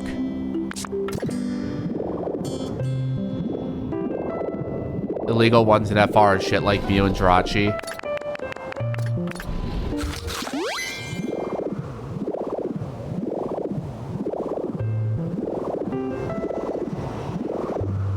Fair.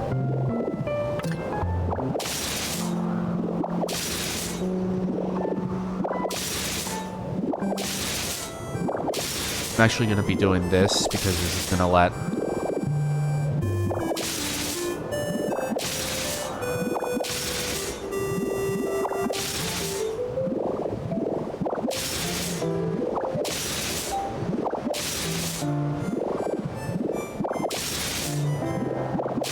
You just really love Deoxys. I mean, it's a sick-ass fucking Pokemon. Who can blame you? That's for, like, the,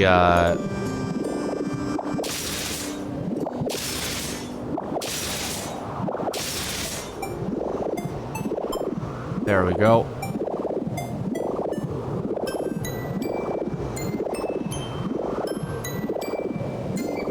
Then that... Actually, I have a better idea. Let's do it from this direction.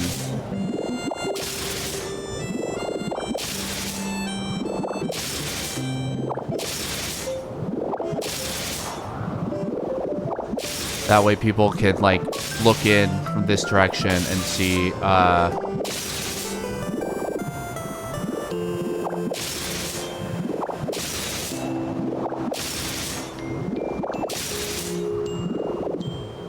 like, technically this whole upper area should be glass, but hey.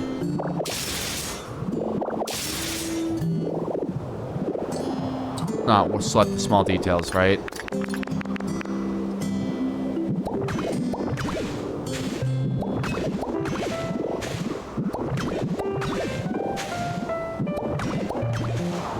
The kid, I remember, made my own Deoxys edgier. You named... I made my own Deoxys edgier, all black and green. You had your own Deoxys OC. Donut Steel.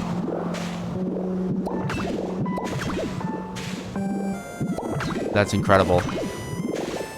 Truly beautiful.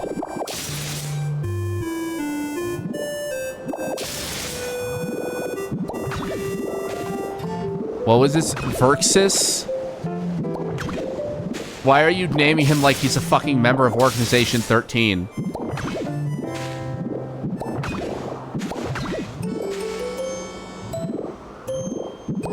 That's an insane name. Ver stands for viral. Uh-huh.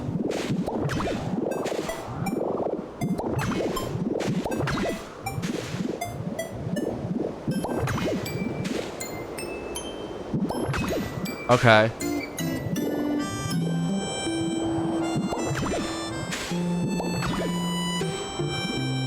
Interesting. There we go. Let's see. Something tells me I'm gonna need more than just this.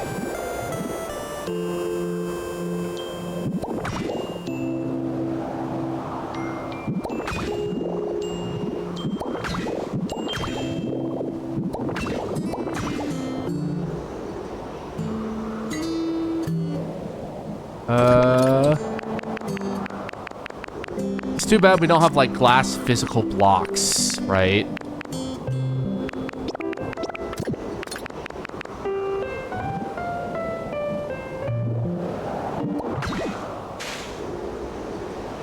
That kind of defeats the purpose of that, doesn't it?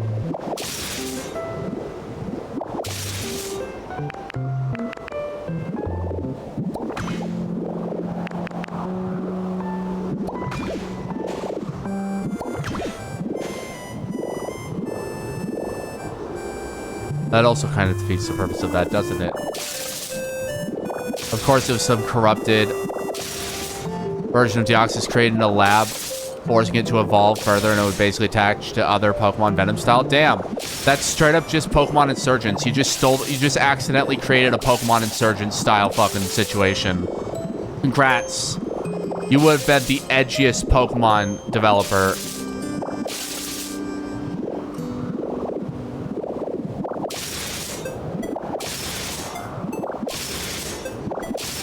That's so cool, though. Don't give the Pokemon Insurgents developers ideas. They'll make it even cringier Pokemon fan game.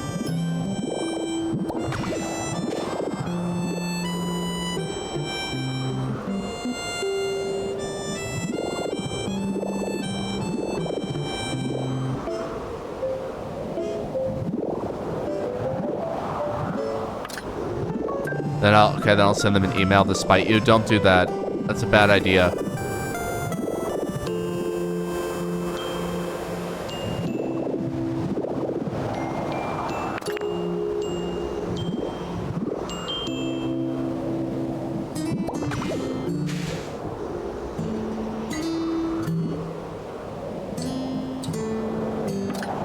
Huh.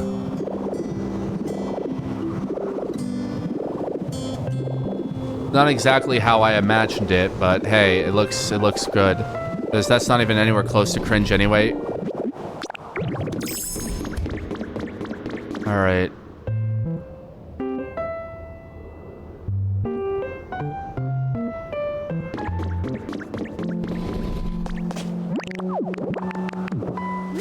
Let's see.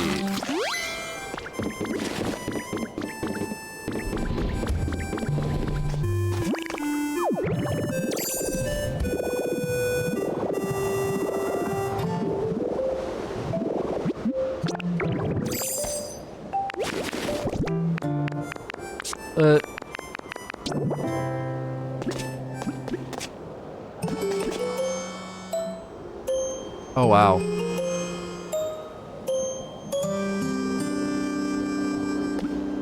Well, no, that's way too big.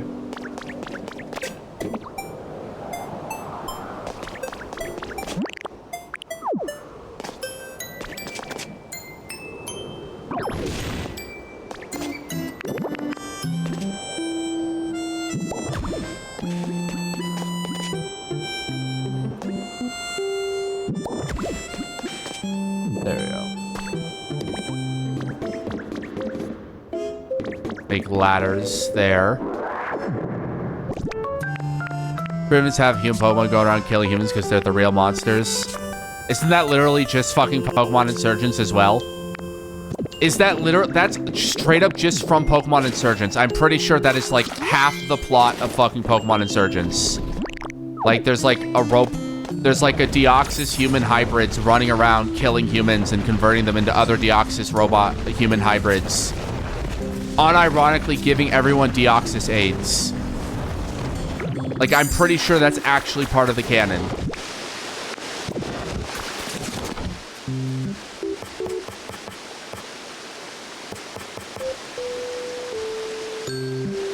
That's what I'm referring to? Okay.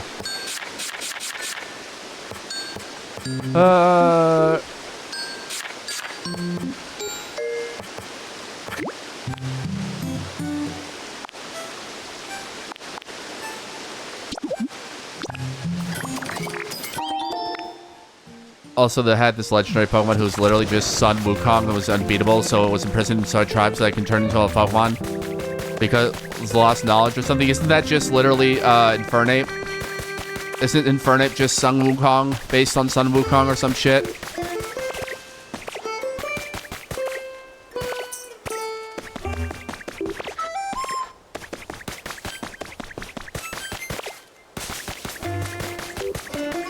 Okay.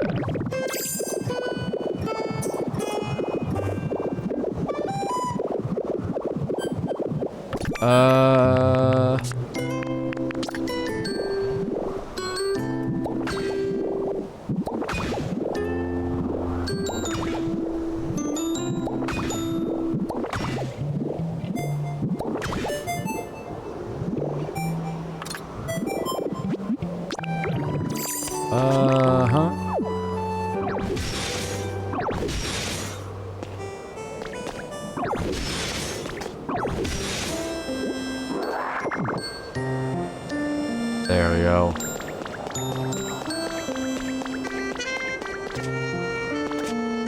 Honestly, I should just write these down for later or something. Yeah, probably.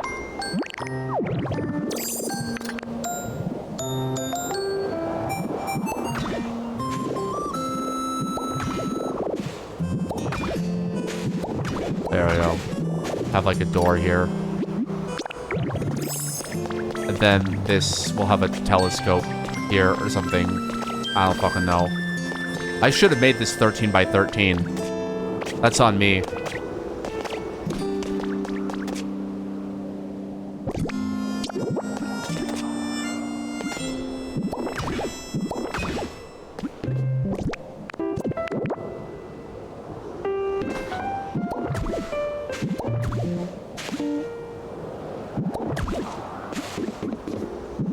There we go.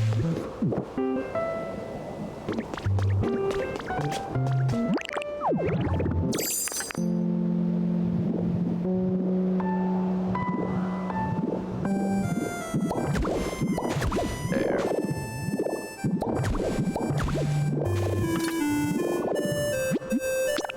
Maybe this is the right size for a house. Could this be the proper size for a house?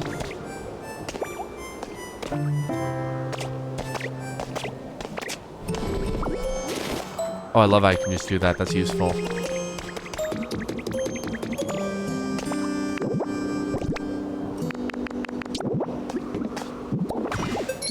There. This can be Jirachi's house. I just have to, like, actually, like, put proper electricity and everything in here.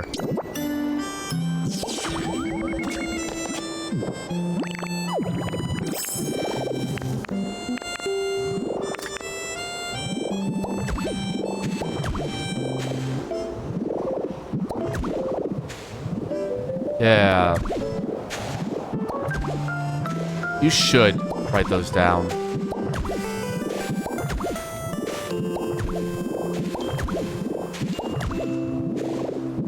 I'm like very happy. I like, as cringe as it is to be a Nintendo kid, right? Like grow up only with Nintendo. I'm kind of happy that I never got invested in things like Sony.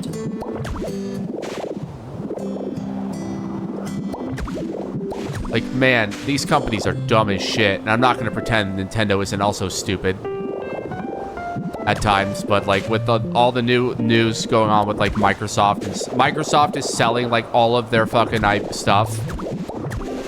They're like selling all their like fucking studios and shit and getting rid of them, and it's like, what the fuck are you doing?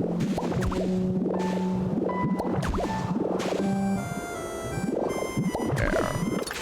All of that for the sole purpose of having this.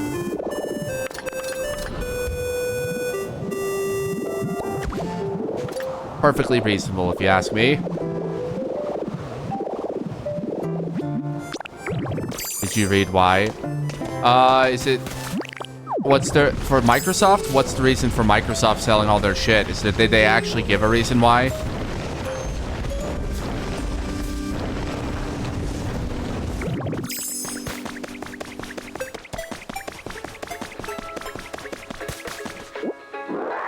Okay, send an article or something if you can find one.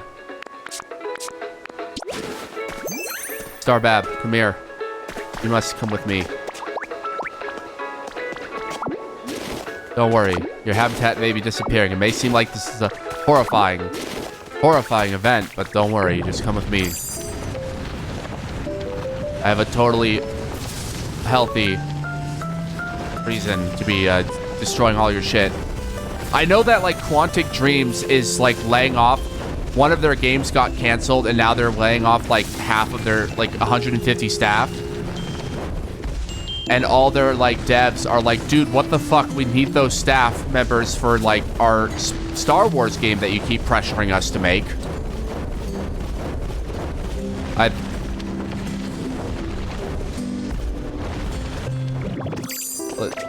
Where's Starbab? Oh, Wario 64, huh? Let's see what this is. Microsoft 400 is laying off 4,800 employees today, 1,600 employees impacted, double fine and compulsion games, Microsoft selling Ninja Theory, full memo from Asha. We are beginning the most significant restructure in Xbox history. After careful, we've made the difficult decision to reduce to 3,200 for fiscal year 27. This will include approximately 1,600 role eliminations today. In addition, 4 studios will leave Xbox to new management. I recognize that a year-long restructuring creates additional challenges. Unfortunately, it's not possible to make all the necessary changes in a single day, and I want to be direct about the scale. I know this is painful, but something.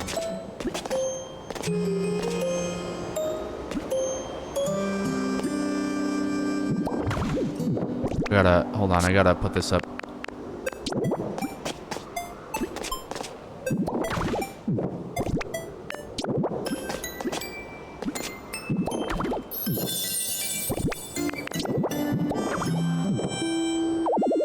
Oh, I gotta put fucking electricity here too, huh? Okay.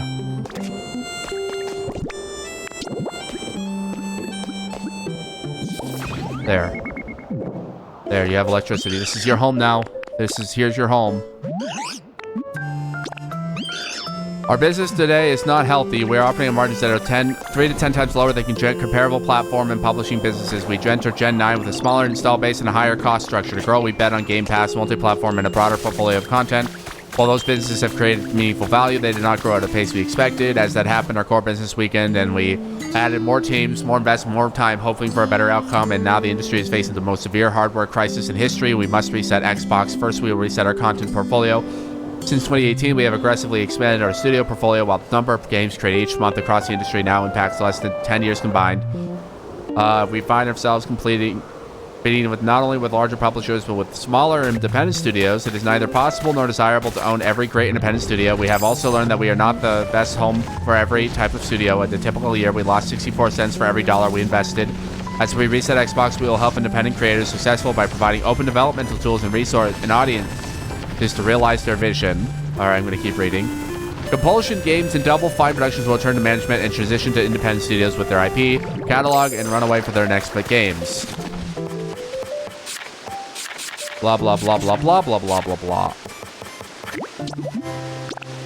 We are making reduction. Next names. Ninja Theory and Undecided have entered terms to join the ownership with funding to complete and grow Senua in the State of Decay 3. Oh, so that's not horribly fucking canceled. Good to know.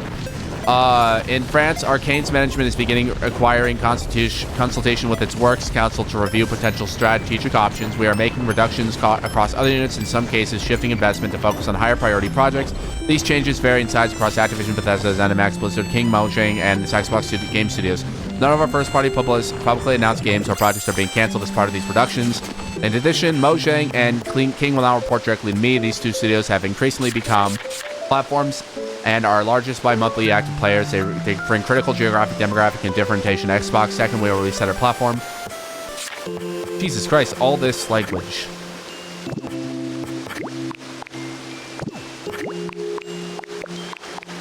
There.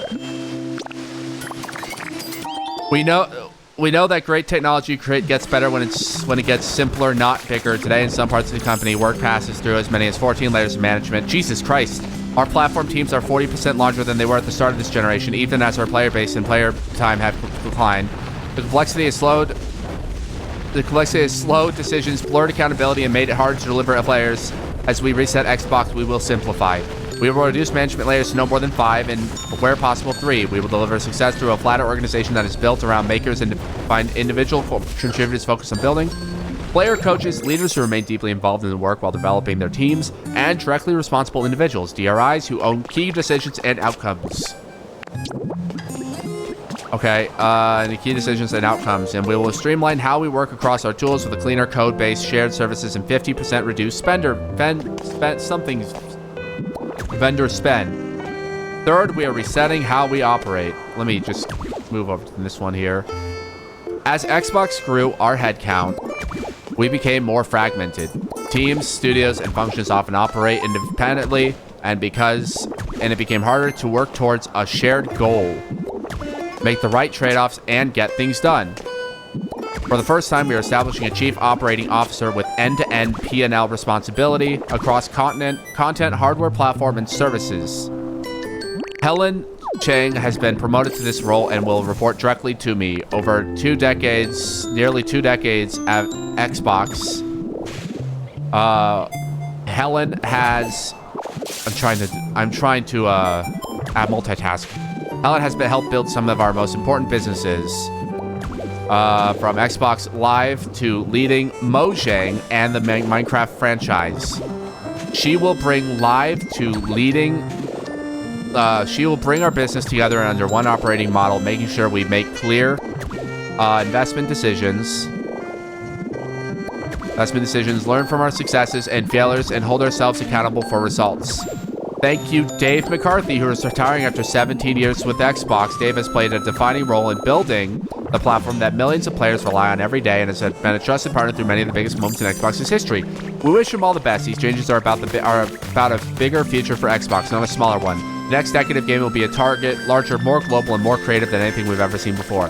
This year, we'll invest as much in Xbox as we ever have, but we invest in greater focus, greater discipline, and greater clarity, all in service of making Xbox where the world plays and creates. I want Xbox to be one of the few companies that entertains more than a billion people each day and gives everyone the opportunity to come and connect. I know we can achieve this goal. Xbox has many of the most beloved franchises in entertainment history, talented studios around the world, and will return to growth in 2027. History is full of companies that mistake longevity for inevitability. We will not be one of them. Asha. Okay, first thoughts. That sure is an investor statement. That is a statement that exists for investors. I don't know if I can exactly trust that is exactly how the reality of what we're going to be experiencing from Xbox in this future, right? I'm glad, it's clear that they're trying, 14 layers of management is fucking insane. Let's not mince words here. That is actually ridiculous. There's no universe in which we need to be having that many, any company needs to be having that many layers of management. I'm gonna, actually, do I have any more stairs?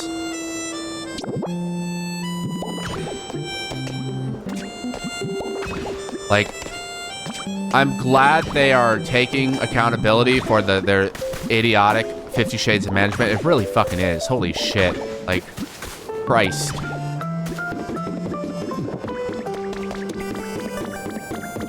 These guys need to be, not stupid as hell. Dude, you have a bed right here, Jirachi. Jirachi, you have a bed right here. Incredible. Absolutely incredible, Jirachi.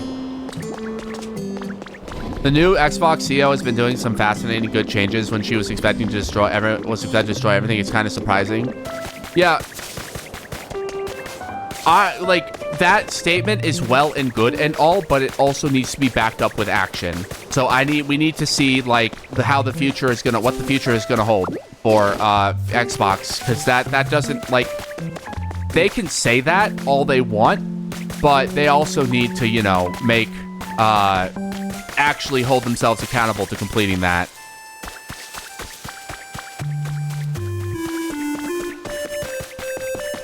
It takes time, yeah. I feel like we're gonna be waiting for around a decade to see that actually come to fruition. We're gonna be waiting for quite a while to see these, companies actually fully, promise on that. Sony is not doing so well. Sony is being dumb as shit, and I'm not exactly happy for the future with that company. I am very skeptical, especially when it comes to corporations. That is my natural state, and it's healthy to be skeptical, right? I need to see PlayStation go under tomorrow. Yeah. Oh, I mean, bold view to assume it won't. I mean, I'm not saying it, whatever. And Nintendo can suck my fucking nuts. and deserves to go under just as much. Nintendo is like the least likely to go under by mere metrics of just like, they are a stupid fucking company, but they are somehow being the least stupid. I hate people that sit there and go, well, they don't lay off their employees. Like, actually, yes, they did. They don't do it in Japan, but they do it plenty in other countries. And like in Nintendo of America, they have done that drastically there. So like, I don't know where this mentality is coming from that they don't lay off their employees. The digital code in a box thing started from them. Absolutely, and it's a miserable, terrible decision on their part. And I hate that they is able to get away with it and their competitors play stupider games. Unironic, it's not the idea that Nintendo is somehow the least stupid out of all these companies, right? They're not the smartest of these companies, they're just the least stupid. Right? Nintendo wins by doing nothing is kind of the mentality of Nintendo. Like, they have shot themselves in the foot the least number of times of all of these companies, which is why they get to sit here and be stupid.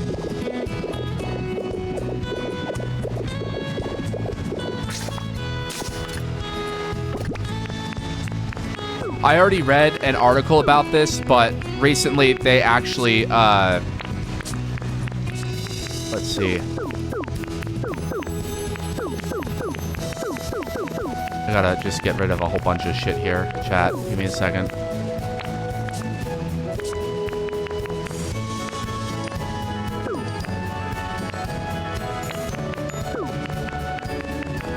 I don't know why I have this stuff.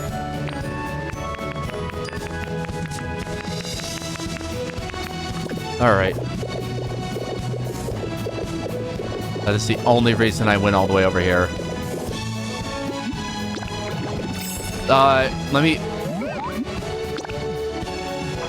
Let me find this article here.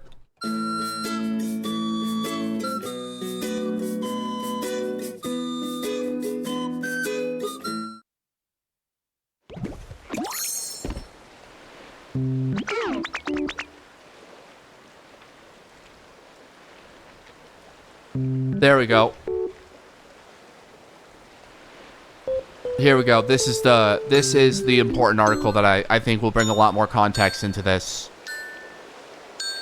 Sony's PlayStation disc factory is already being repurposed. Sony already invested the cash to convert its last disc-making factory. Die. Fuck this. Fuck these guys. God damn it. Really? God damn it. Micro lenses are theoretically used in all kinds of emergency applications where we might, So essentially they've converted, micro lenses. Micro lenses are theoretically used in all kinds of emerging applications where we might want to bend light, including headsets, but apparently that Sony may cater automakers here too. The head of Sony's Micro Optics division gave ORF Salzburg the example of a car turn signal that is projected onto asphalt.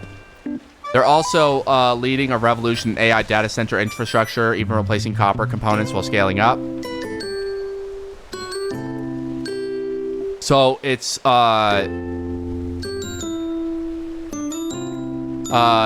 belief is that they're going to be using it to like make stuff for data centers.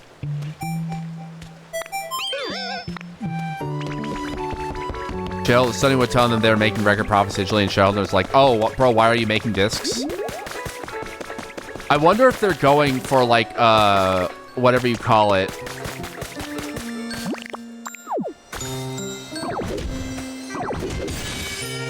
Oh, yuck. I hate these. I hate. Look at this guy go. He's trying to get around him so bad, dude.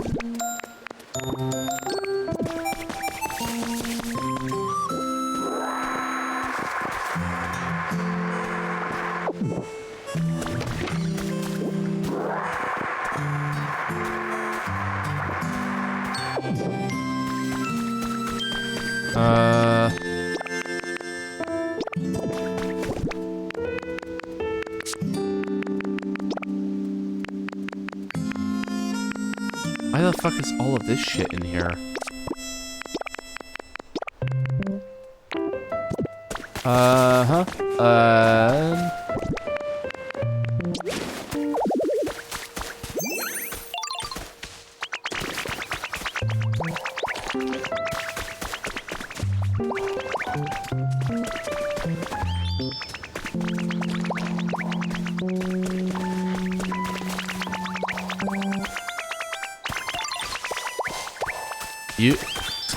fucking assholes. Ooh, I'm so hungry. Oh, I'm so hungry. Can you fucking believe how dumb these guys are? Oh, I'm so hungry. You need to feed me. I need sustenance. That's crazy. Insane. I can't believe they need that. I can't believe living creatures need sustenance. Can you guys believe that? That's insane. Yeah, it looks at the end of it. It's very clear how well this will turn out. It won't. That's the end. It won't turn out well at all. It's going to blow up in their faces. We're going to be here 5 years from now, probably not even, going, what the fuck did you think was going to happen, you idiots?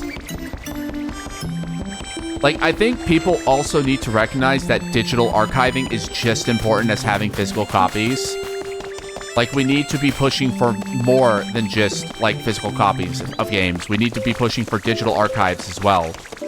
I talked about how bullshit it is that Square Enix is, like, that gacha games can just sunset themselves and die and, like, close down permanently.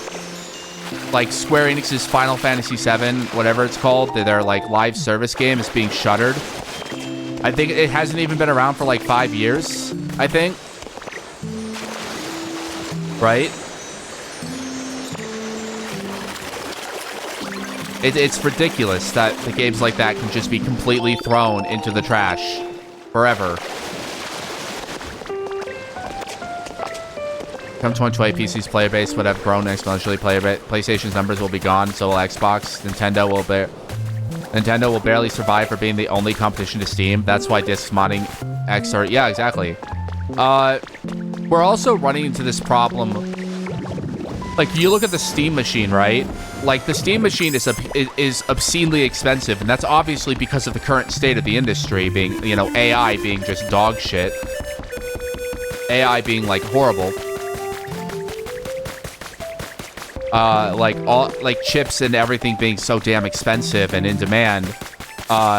So we're running into this they're running into this problem where the Steam machine is now overwhelmingly expensive, and it's cheap, and it's weaker than a PS5, allegedly. Like, it's not even worth the amount of energy that goes into it. They'll use PC. That's my point. My point is that, like, Steam wanted to be part of Steam wanted to be part of that with the Steam machine, but the Steam machine is gonna fucking fail. Like, it's gonna financially fail because nobody's gonna be paying that much money for a weaker PS5. For something that's weaker than a PS5, essentially.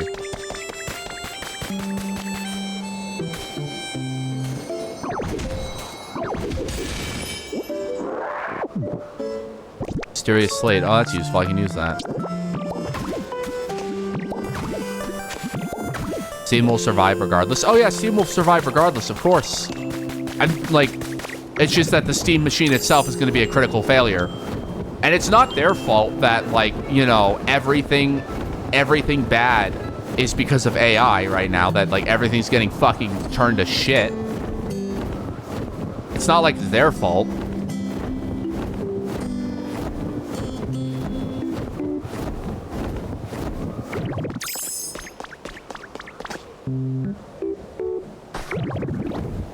Let's see. What am I looking for?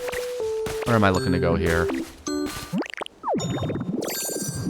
Me and my girlfriend's Steam Deck do not need a Steam machine, but I would have gotten it if it had been before System Deck. Look at this guy. He's trying to ponder. That one. Which one is this one?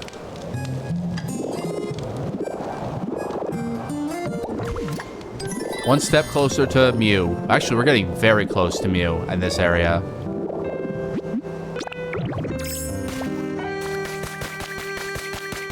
I don't even need my own Steam Deck. She doesn't use it, lol. It's just a very dark time in the industry for people that love games. I wish the Steam Deck wasn't $700 to $1,000. Now, yeah, like, until the AI bubble fully fucking collapses by the nature of, like, everybody realizing it's unsustainable. As soon as we have to, like, it sucks that we have to wait for, like, everyone to realize how fucking stupid this whole industry is. But then eventually, once that does happen,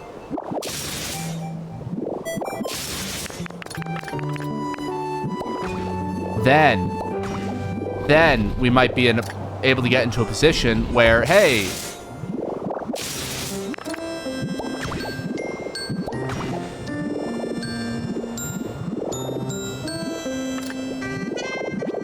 there we go. Well, people say it's dark. We have an abundance of games and ways to play. You just don't need to invest in stupid shit like $80 games. God, $80 games, man. What a fucking rip. I will never forgive. I can't wait to see how, like, GTA 6 is going to turn out. Because, like, GTA 6 is going to have, like, do irreparable harm to the industry with the expectations placed on it. Like, regardless of whether or not it meets those expectations. It's going to sell a bajillion copies. I keep hearing it's going to be horrible. I bet PS5 games for... I get PS for 10 to 15 bucks now. Yeah. That's the whole fucking reason you see me playing old games. You see me going back to, like, classic games, and then you see me going back to, like cheap indie games experiences in this app or on this stream. Is because, like, I'm not going to go buying every fucking $70 to $80 game. That's ridiculous.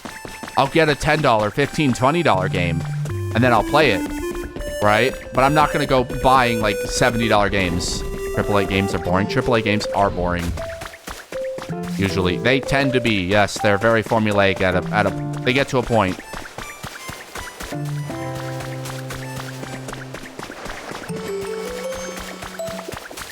And shooter fans. Also a football. Ah, yes, the football. You foot the ball. You ball on the foot. That's a thing that's happening when it's Fallout. GTA 6 will succeed, but its Fallout will be fucking devastating for usual. Shareholders and companies will demand the same marketing for their own games. Yeah. Hey, man, this game, shareholders will be like, whoa, guys, this game made $1 bajillion. Why is your game not making $1 bajillion? Why are you not selling a more billion copies? This is like, and then everyone will have to turn to the shareholders and be like, we're not GTA 6, right? And the devs will be, and then shareholders will be like, yeah, but why not? Why can't you be GTA 6? We can't fill landfills because it doesn't have physical discs.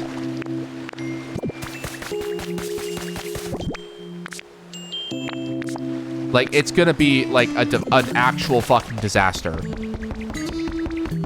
There should be a way to, like, recycle blocks you're not using back into their raw materials in this game. That's one thing I think this game could benefit from, actually. Digital landfills? Oh, yeah. Also, that game being, like, 300 plus, whatever you call it, 300 fucking plus, gigabytes, I think. That's ridiculous. Like, God, games do not need to be... Like, I remember buying Borderlands 3 on a clearance sale, and it's like it was like $10 for everything in the DLC. I bought it, and then I went to go download it, and it's like, this game is 300 gigabytes, and I said, go fuck yourself. This sucks. This is bullshit. And I returned it.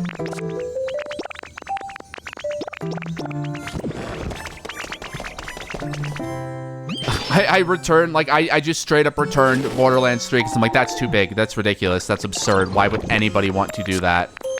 That's too big. You know, this reminds me of what?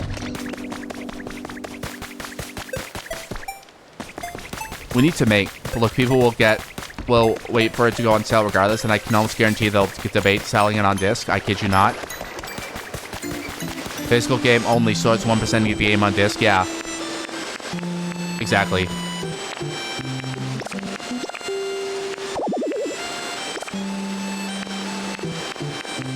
You know what we need to make? We need to make, like, a dedicated storage area. We need to make a storage hall or something. Because this is getting out of hand. I won't do it today because I have... Whoops, I need those.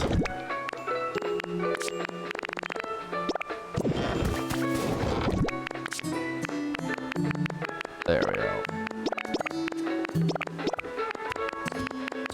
I'll keep those on.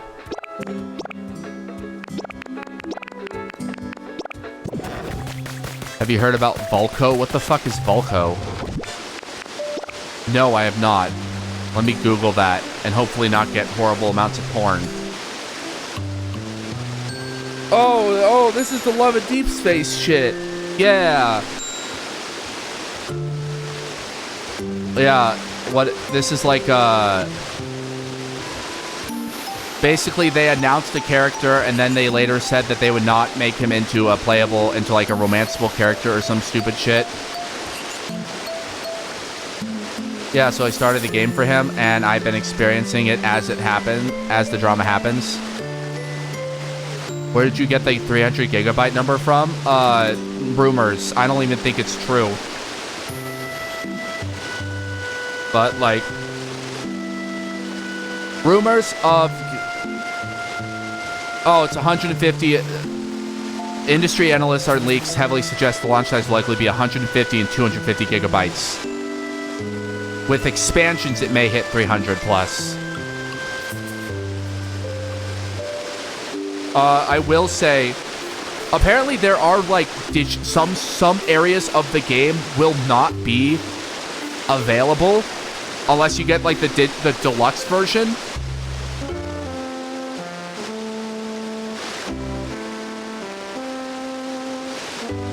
Wait, hold on. Let's see. Standard and Edition Ultimate. The Grand Theft Auto 6 Ultimate Edition contains the following: Grand Theft Auto 6, Grand Theft Auto 6 Ultimate Edition upgrade,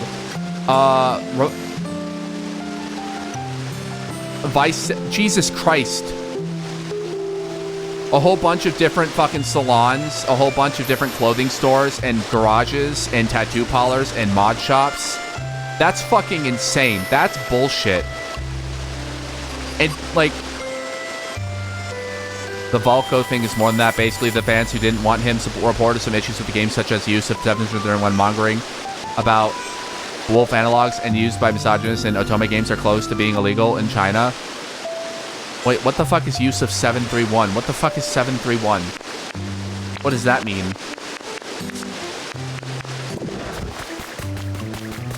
What are you talking about? What is 731? Like, I know about the basics of this drama. It's just that there's a character that they, like... Apparently, they also said they referenced to Unit 731, war crimes. Oh, war crimes by Japan in World War II. Oh, okay. Yeah, now I know what you're talking about. That took me a second. I apologize. I don't remember the numbers of every single war crime Japan has committed, because I don't know if you guys are aware of this. Japan was, like, the second worst country in World War II when it came to committing war crimes.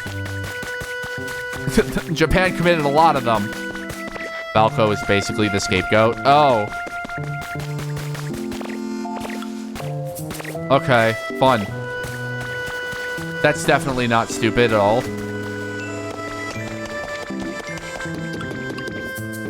Oh shit. Is this a game? Love and Deep Space is one of the most popular otome games currently available. It's a game where you date a bunch of like pretty boys, and women love it because women are mentally ill and stuff. I'm being so uncharitable. Wow, that's really uncharitable. The most uncharitable take.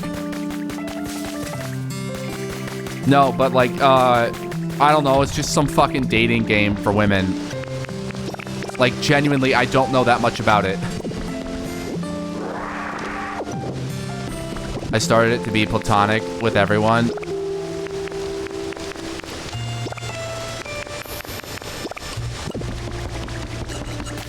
I should probably get more just in case I gotta go refill the,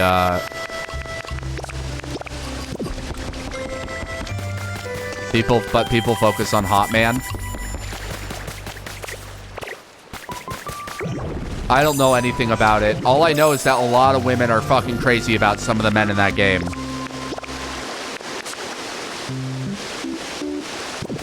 That's all I know about that game. My shock when I found out what was actually in the story. Yo, cool aliens and analog horror. Oh, and this super hot, very autistic man. Okay.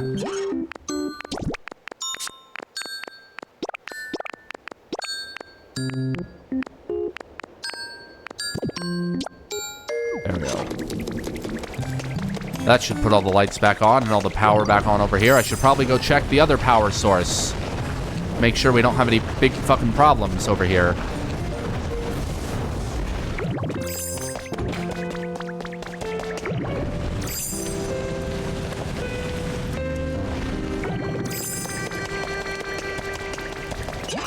Oh, we're actually doing quite well here. Okay, good. Oh, there's Amora. There's the Bab. I just don't know much about that shit. That's not my wheelhouse. I don't really play Otome games.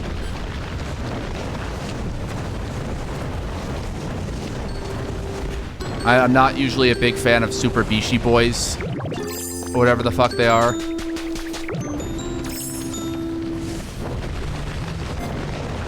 I haven't played many modern ones. I should really update that chat thing, Nightbot or whatever, so it doesn't just keep directing people to a dead link of Twitter. Because the people running that site are fucking idiots.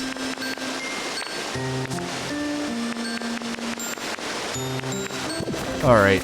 This was pretty fast, and all the men are 25 or older, so that's nice. Oh, good! I can't believe that's considered a surprising plus in this industry. It's like, oh yeah, all the characters are adults too, which is great. Oh man, sure am glad they're breaking the stereotype.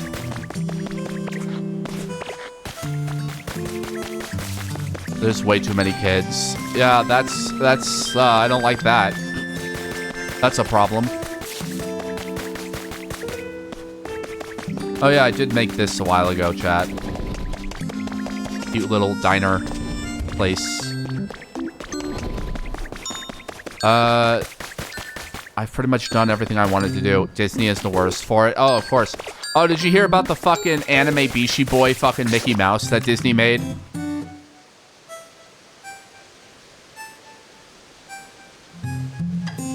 Anime boy Mickey. Hold on, let me see this fucking shit.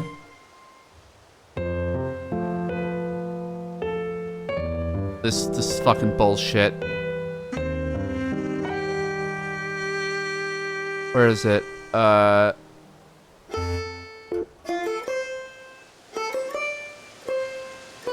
New Disney anime boys. No, not Twisted Wonderland. Not Twisted Wonderland. Where is it? I keep seeing this fucking shit where they're like being turned into a...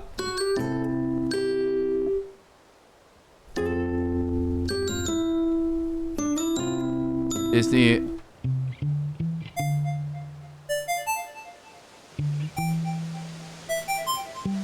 Where the fuck is it? What the fuck? I can't find any sources for this fucking shit.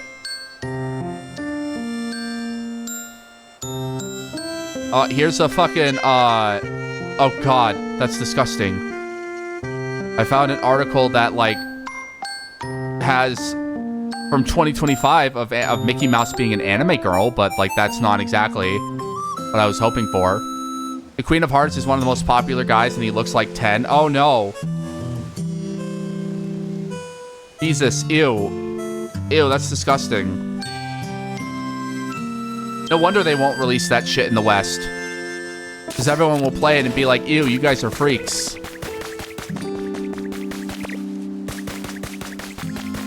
There's one thing if there's one thing I've learned from being on planet Earth, It's that women are just as capable of being freaks as men are. And, like, some games targeted towards women are also freaky as shit. Alright. So, after this stream, I probably will not touch this game until the DLC is released. Because, God forbid, I do anything. Could be played by fucking James Woods, that'd be funny. Oh, women can be bigger freaks than... don't worry, I know. This is the build that caused me to stop playing this fucking game. I will never finish this build because fuck me. Fuck me in the ass. Jesus Christ. Trying to rebuild the old chateau. Yuck.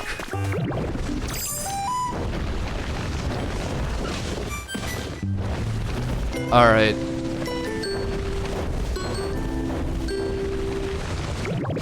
Alrighty, I think I'm good to be done.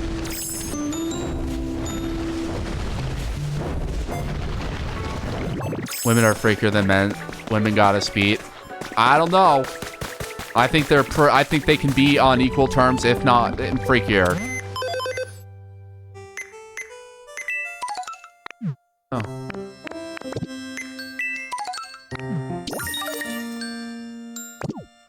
Okay, link play, and then I'm gonna go back home. Yay, okay.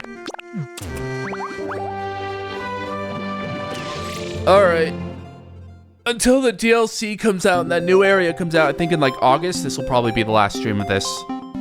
Tomorrow, we will be streaming Kingdoms of the Dump if people are available for it. Kingdoms of the Dump. Even if people are not available for it, I'll probably stream it because I fucking need to justify streaming it. I need to stream that game. Dojin and Hentai for Men is written by a good bunch of women. Yeah. Dumping them kingdoms. Gotta dump in the kingdoms. Alrighty.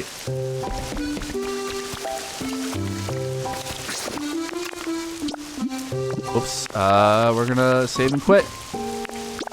Alright, everybody. Thank you, everyone, for joining. Thank you, everyone, for hanging out. Thank you for engaging in these enjoyable and sometimes harrowing conversations. Tomorrow we'll be streaming Kingdoms of the Dump. Count on it. I don't have much else to be doing. So until then, everybody. Bye.